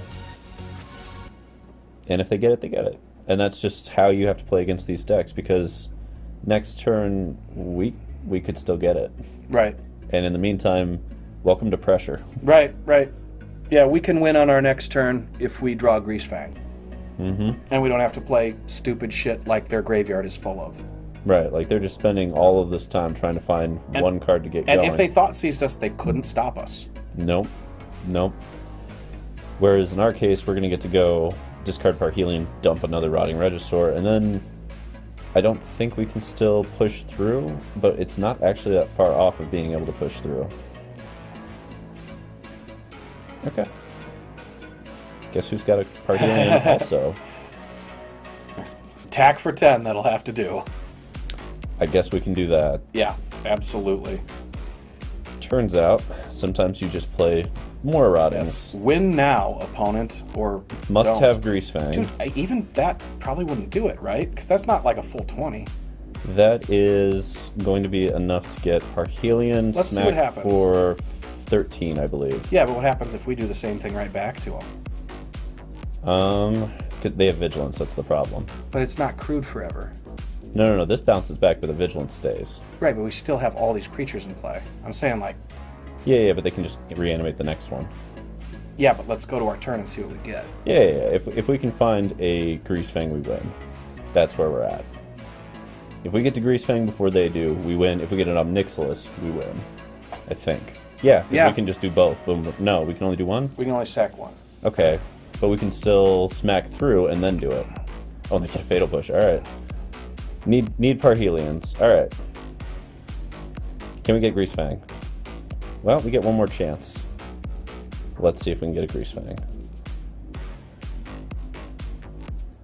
Right? Because we didn't get the extra thing to get rid of that. We didn't have the removal. If we had another blood token, then we could get that. Right, but we'd still die to the flyers. Right. Yeah. Although one of them has to block the Rotting Regisaur. No, because one of them just blocks there. And then they take 7. True. So, I think we were going to lose because they found the Greasefang in time. Yeah, it's over. One turn before they were definitely getting rolled. It's over. All over but the tears. But that's fine. That's fine. The turbo version should get game 1. And then we usually get the ability to go into the board and just go, okay, your graveyard is graveyard getting blown hate. out. We Yeah, just ran some unlicensed graveyard hearse. hate. Unlicensed hearses or whatever. Something. Who cares? Probably unlicensed hearse because it gives us the ability to, because here's why. Yeah, let's talk about this. We got a little time. I like this because it gets 2 target cards from a single graveyard. So we can go Parhelion. Right. And now you've got nothing to do. Right. And even though these graveyards, for example, Kroxa cares about card volume. But you can just get the Kroxa. You can just get the Kroxa, right. And the other card they were going to reanimate with Dreadhorde Arcanist. Right. So I'm actually a fan of saying let's... Play set. Yeah, because this can just come in for Heart of Quran in this exact matchup, where we're doing Greasefangs back and forth. And we can I don't know if it comes in for Heart. Where would you push? I'm not sure. I just, maybe it does. It makes sense on the curve. I just didn't want to automatically go there because they're both vehicles. Sure. And I don't know if they're going to try and do shit to our graveyard. Although the beauty of our approach is that we can hold the Parhelion in hand until we're about to do our shit. And half the time we're not even going to get it. And it doesn't matter. Right. And this is going to be huge in terms of how big it gets. Right, and Greasefang, even if it can't get Parhelion, can get other vehicles. Mm-hmm. So this is more or less where I would start for a sideboard, because we have Disruption, we've got the ability to do a lot of different pieces. I don't know, I understand Licensed Hearse for Heart makes a lot of sense in that exact combo matchup, because this is a piece that's good against aggro and control, but not combo. It puts pressure on, but... Yeah, shutting down the combo and then having this enormous creature is fine. It's better to be doing that there. Right, so then the question... And there's still plenty of pressure that way. So then the question becomes, are there going to be matchups where we want to lose parts of Twin or parts of Rotting Ob? I don't know. It's hard to say. But the question is, do we have to do a more grindy build for control? I think maybe what we want to do is no. I don't think we want to get grindier for control. I think we want to just win fast. So, and we're well set up for that. Do we want more disruption like Duresses to come in? I would, if we're going to bring in something like that, I'd just go Thoughtseize. Make sure that we're going to get something. I'm not sure that's what we want, but if we do want something like that, it's Thoughtseize. That's a fair point. Let's see here. We need cards that can kill opposing Greasefangs and Winotas. So that's where we go into 4 rays, because they kill both. Yeah, because they kill both. So that covers that. And then Cat Oven. Cat Oven. Cat Oven, Cat Oven, Cat Oven. I'm guessing we beat them. Let's pop those Scroungers out, because we're not going to board them out against anybody. That was from a previous thing. Yeah, we've got 3 slots to mess with. So we've got our, we don't want to deal with the combo of Greasefang and Winota, if we need to go that route. Yeah. We've got the obligatory screw your control deck. Yeah. And screw your graveyard combo deck. Yeah. And we have them as 4-ofs because this is where we're going to start from tuning next week, you know, unless we do more playing over the weekend and we come back with a fully tuned build, which may happen, depending on how spicy I'm feeling. Yeah, I might mess with this a bit over the weekend. Right. It's looking good. It's got a lot of play to it. I wouldn't mind having a plan that maybe... I don't know. I'm not sure. I'm not sure on those other 3. I think that's something to give more thought to. Well, chat, if you've got some ideas, feel free to shout them out, or, you know, you can always just post it on over to the Darkstream page. We've got a Twitter, we've got a Facebook, we've got other ways to reach like a us. YouTube, comment on the video. Yeah, whatever you're feeling, but... send us a message on a pigeon. Especially a pigeon. In a bottle. Wait for a derecho, and then just whip it into the sky. Usually does the trick. Yeah, and it'll just drop right in front of the house with a dead Jonathan Kent. Yes, perfect. Alright, so we've got 3 to figure out at some point, but we'll give it some time. We'll let that it's a good start. Percolate. It's a good start. Yeah. Anyway, I know we jumped around a little bit. We went from Winota all the way over to... God, what was the middle deck? I don't even we did a remember. Rakdos thing for a minute because we were trying to, test the power of Obnixilis. But there's one even before that, too. Really? Yeah, we jumped 3 decks. Oh, right. We did Feather for 5 seconds before we realized that we hate it. That we hate playing Feather, because, right, oh god. Right. It was the exact comment at the beginning wound up being true of, I don't care if this deck's good, I fucking hate it. Oh, man. If you can't Dorothy and Oz the message, was it really worth it? Hard to say. Hard to say. Anyway, I can't wait to play around with this some more. This is a lot of spice. I'll make sure that this list is going to be up on YouTube immediately following the stream. I'll probably take a screenshot and throw it up on Twitter for everybody who's following that way. If you got questions, you got comments, you got things you want to talk about, we're here. I'm very curious to see how far this can go. Call me anytime, 555-666. Anyway, we will, I think that's it for today. Yeah. The dark stream is out. Enjoy the cutscene.